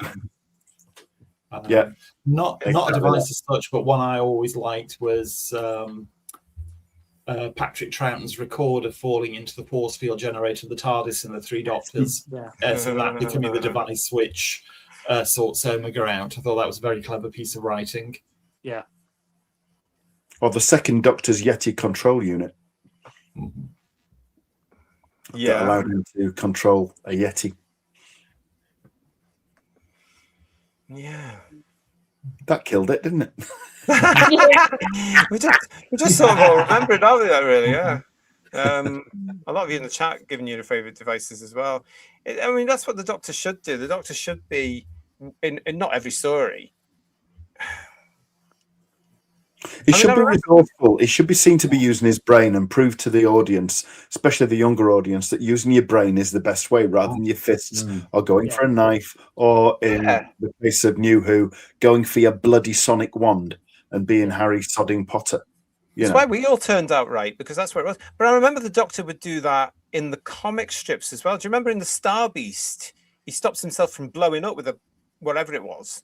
Lead off the roof. Some kind of bomb shield, wasn't it? Yeah. It got lead off that woman's roof. Smudge's roof. Yeah.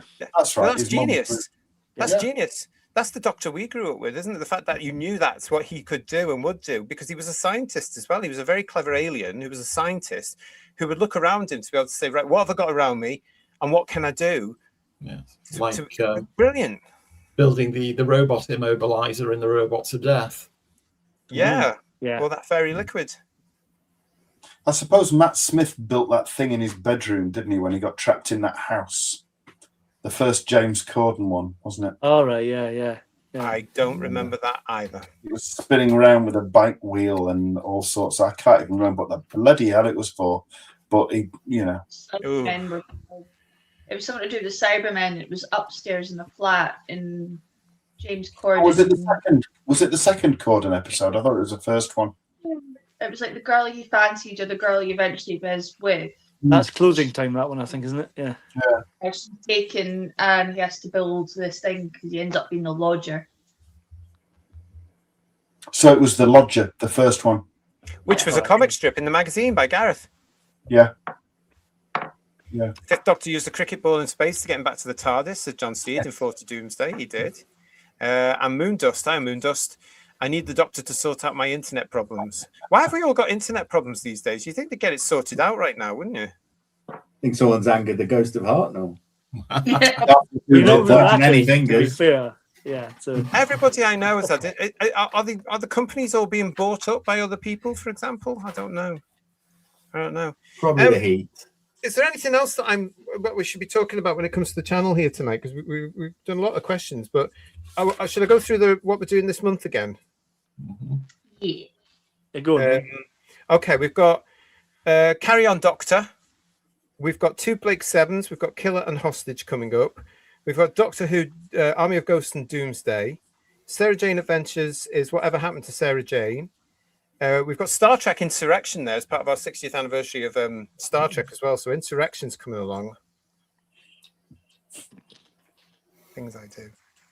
And then we've got 1993 Part 1, which is the overview whole of 1993. And then we've got 1993 Part 2, which is our long-awaited and much in demand review. The most canon story in the universe, yes. Of Dimensions in Time. Next is Search Out Science, of course, obviously. So yeah. Which one would that be in? What year is that? What year is this? What year is this? I was in Longfield. Yeah. So I would have been 11, 12, 13. So 92, 93. Oh, shut up. Yeah, it's depressing, isn't it? It's ever so good it was. Just to let all our viewers who are with us know as well, Who viewers, I want to say again, thank you so much for all the feedback when we started to review the Big Finish audios. So Sword of Orion, which we did as part of our 60th anniversary celebrations of the Cybermen, did really well, and a lot of you enjoyed that. We've since done one that I got wrong with the James Dreyfus Master. Talk about Psychic Circus. Psychic Circus. He was brilliant in it. The Psychic Circus, though, not the best one to do it. So anyway, but we are going to be doing, because we have had some emails from people asking, are we going to continue after that? Yes, we are. We've got Real Time coming up. We've got Spare Parts coming up for you. And yes, we are going to be looking at the Chimes of Midnight. So that's all coming up for you. Okay, so keep that going. And if you like them, we'll continue them into next year. But we've got those coming up for you. Thank you very much. That's great. Oh, Stephen Braddock is saying Whatever Happened to Sarah Jane is an all-time classic. And it introduces one of my favorite villains ever, baddies ever. Is that Jane Asher? No. Didn't you say that, George? No, it's the Trickster. Of course, yes, yeah. The Trickster. So I'm really looking forward to that, which was the big baddie for Sarah Jane. Yeah, should have gone into Doctor Who as well. Okay, so listen, I hope you've enjoyed this tonight. This was something different for us, I think. Yeah, so let us know if you'd like to give us a thumbs up. You can give us a hype. Please make sure you still subscribe to the channel. If you're new to us, please subscribe to the channel. Thank you for joining us for this. If you enjoyed it, as I say, please let us know. Because if you have, we might do another team meeting online for you, where you can come back and ask us some more stuff. Not right away, because I've got a headache. But it might come back. What do you think, guys? What did you think about doing the team meeting live like this? Yeah, I think it's good. Yeah. Fun. Good. Search Out Science was 1990, just in case anyone was hanging on. That would be about right, because it was well after, because there was a big fuss about Search Out Science, wasn't there? About the fact, here's Sylvester, here's Sophie, here's K9. Here's Cedric. Yeah. All your favourites. Your favourites, yeah. Cedric's my favourite Seventh Doctor companion, to be fair. Yeah. I had another. I've lost it. Wait. Isn't this just typical of me? I had another. Hang on, I had another. I had somebody else get in touch about the carry-ons.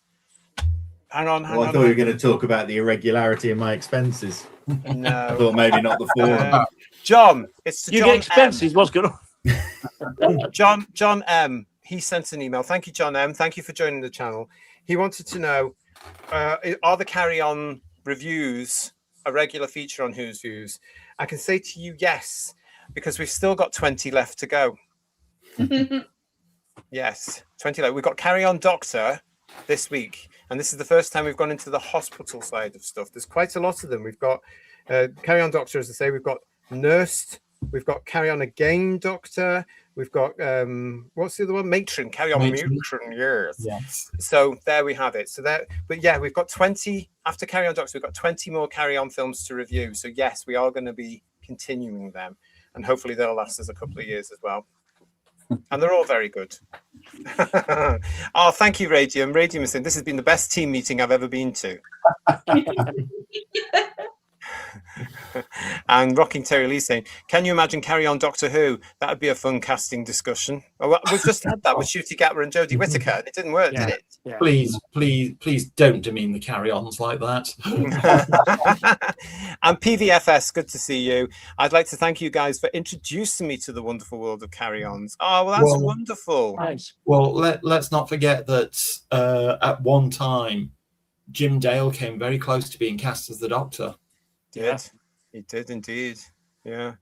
The hospital ones are the best, says Matthew Pounder. They are. There's a lot of and Jess Corbin, good to see you, Jess. Carry On Nurse is so modified, but it'll be interesting to see what you think. Yeah, absolutely. And Steve Braddock is also saying to us, yes, I love Carry On Doctor. I'm working on a Frankie Howard sketch for it. Oh, well, thank you for that. Thanks very much, mate. Appreciate that. The bed panorama of life. Funky saying to us, Sid James as the Doctor with Babs Windsor as Perry and Kenneth Williams as the Master. Can you imagine? Oh, no, Doctor, I've got you now. Yes. Well, your will is weak. Well, apparently Graham Williams' first thought for the voice of K9 was Kenneth Williams. It was, yeah. Brilliant. Can you imagine? Brilliant. Awful. What are you talking about? And Lex is saying, yes, I saw this, Lex. Peter Capaldi is going to the Liverpool Comic Con in October. Yeah, everybody seems to be going there. But yeah, there you go. Well, listen, I want to say thank you, everybody, for joining us tonight on Who's Views. It's been great to see you. I want to say thank you to Third Doctor Ian, to George, to Phil, to Paul, to Kirsty, to Emilio. I hope you guys have enjoyed it. A bit different for us, wasn't it? Yeah. Great. Fantastic. It's nice. Loved it. Enjoyed it. Yeah, it's good fun. You know what's coming up now for you in August? We've given you a bit of a taster of things we've got planned for you for September, October as well. And yeah, even into December. But thanks for joining us for this. I hope you have a great weekend. We will be back on Sunday for your big show. It's Headlines. So come and join us for that. And yeah, we will see you through August.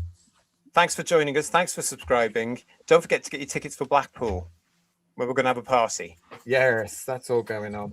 And give us a hype and all that sort of stuff. from the gang and from me, thanks for joining us. We will see you next time here on the channel. Good night, everyone. Ta-ra. Cheerio. Bye. Bye-bye.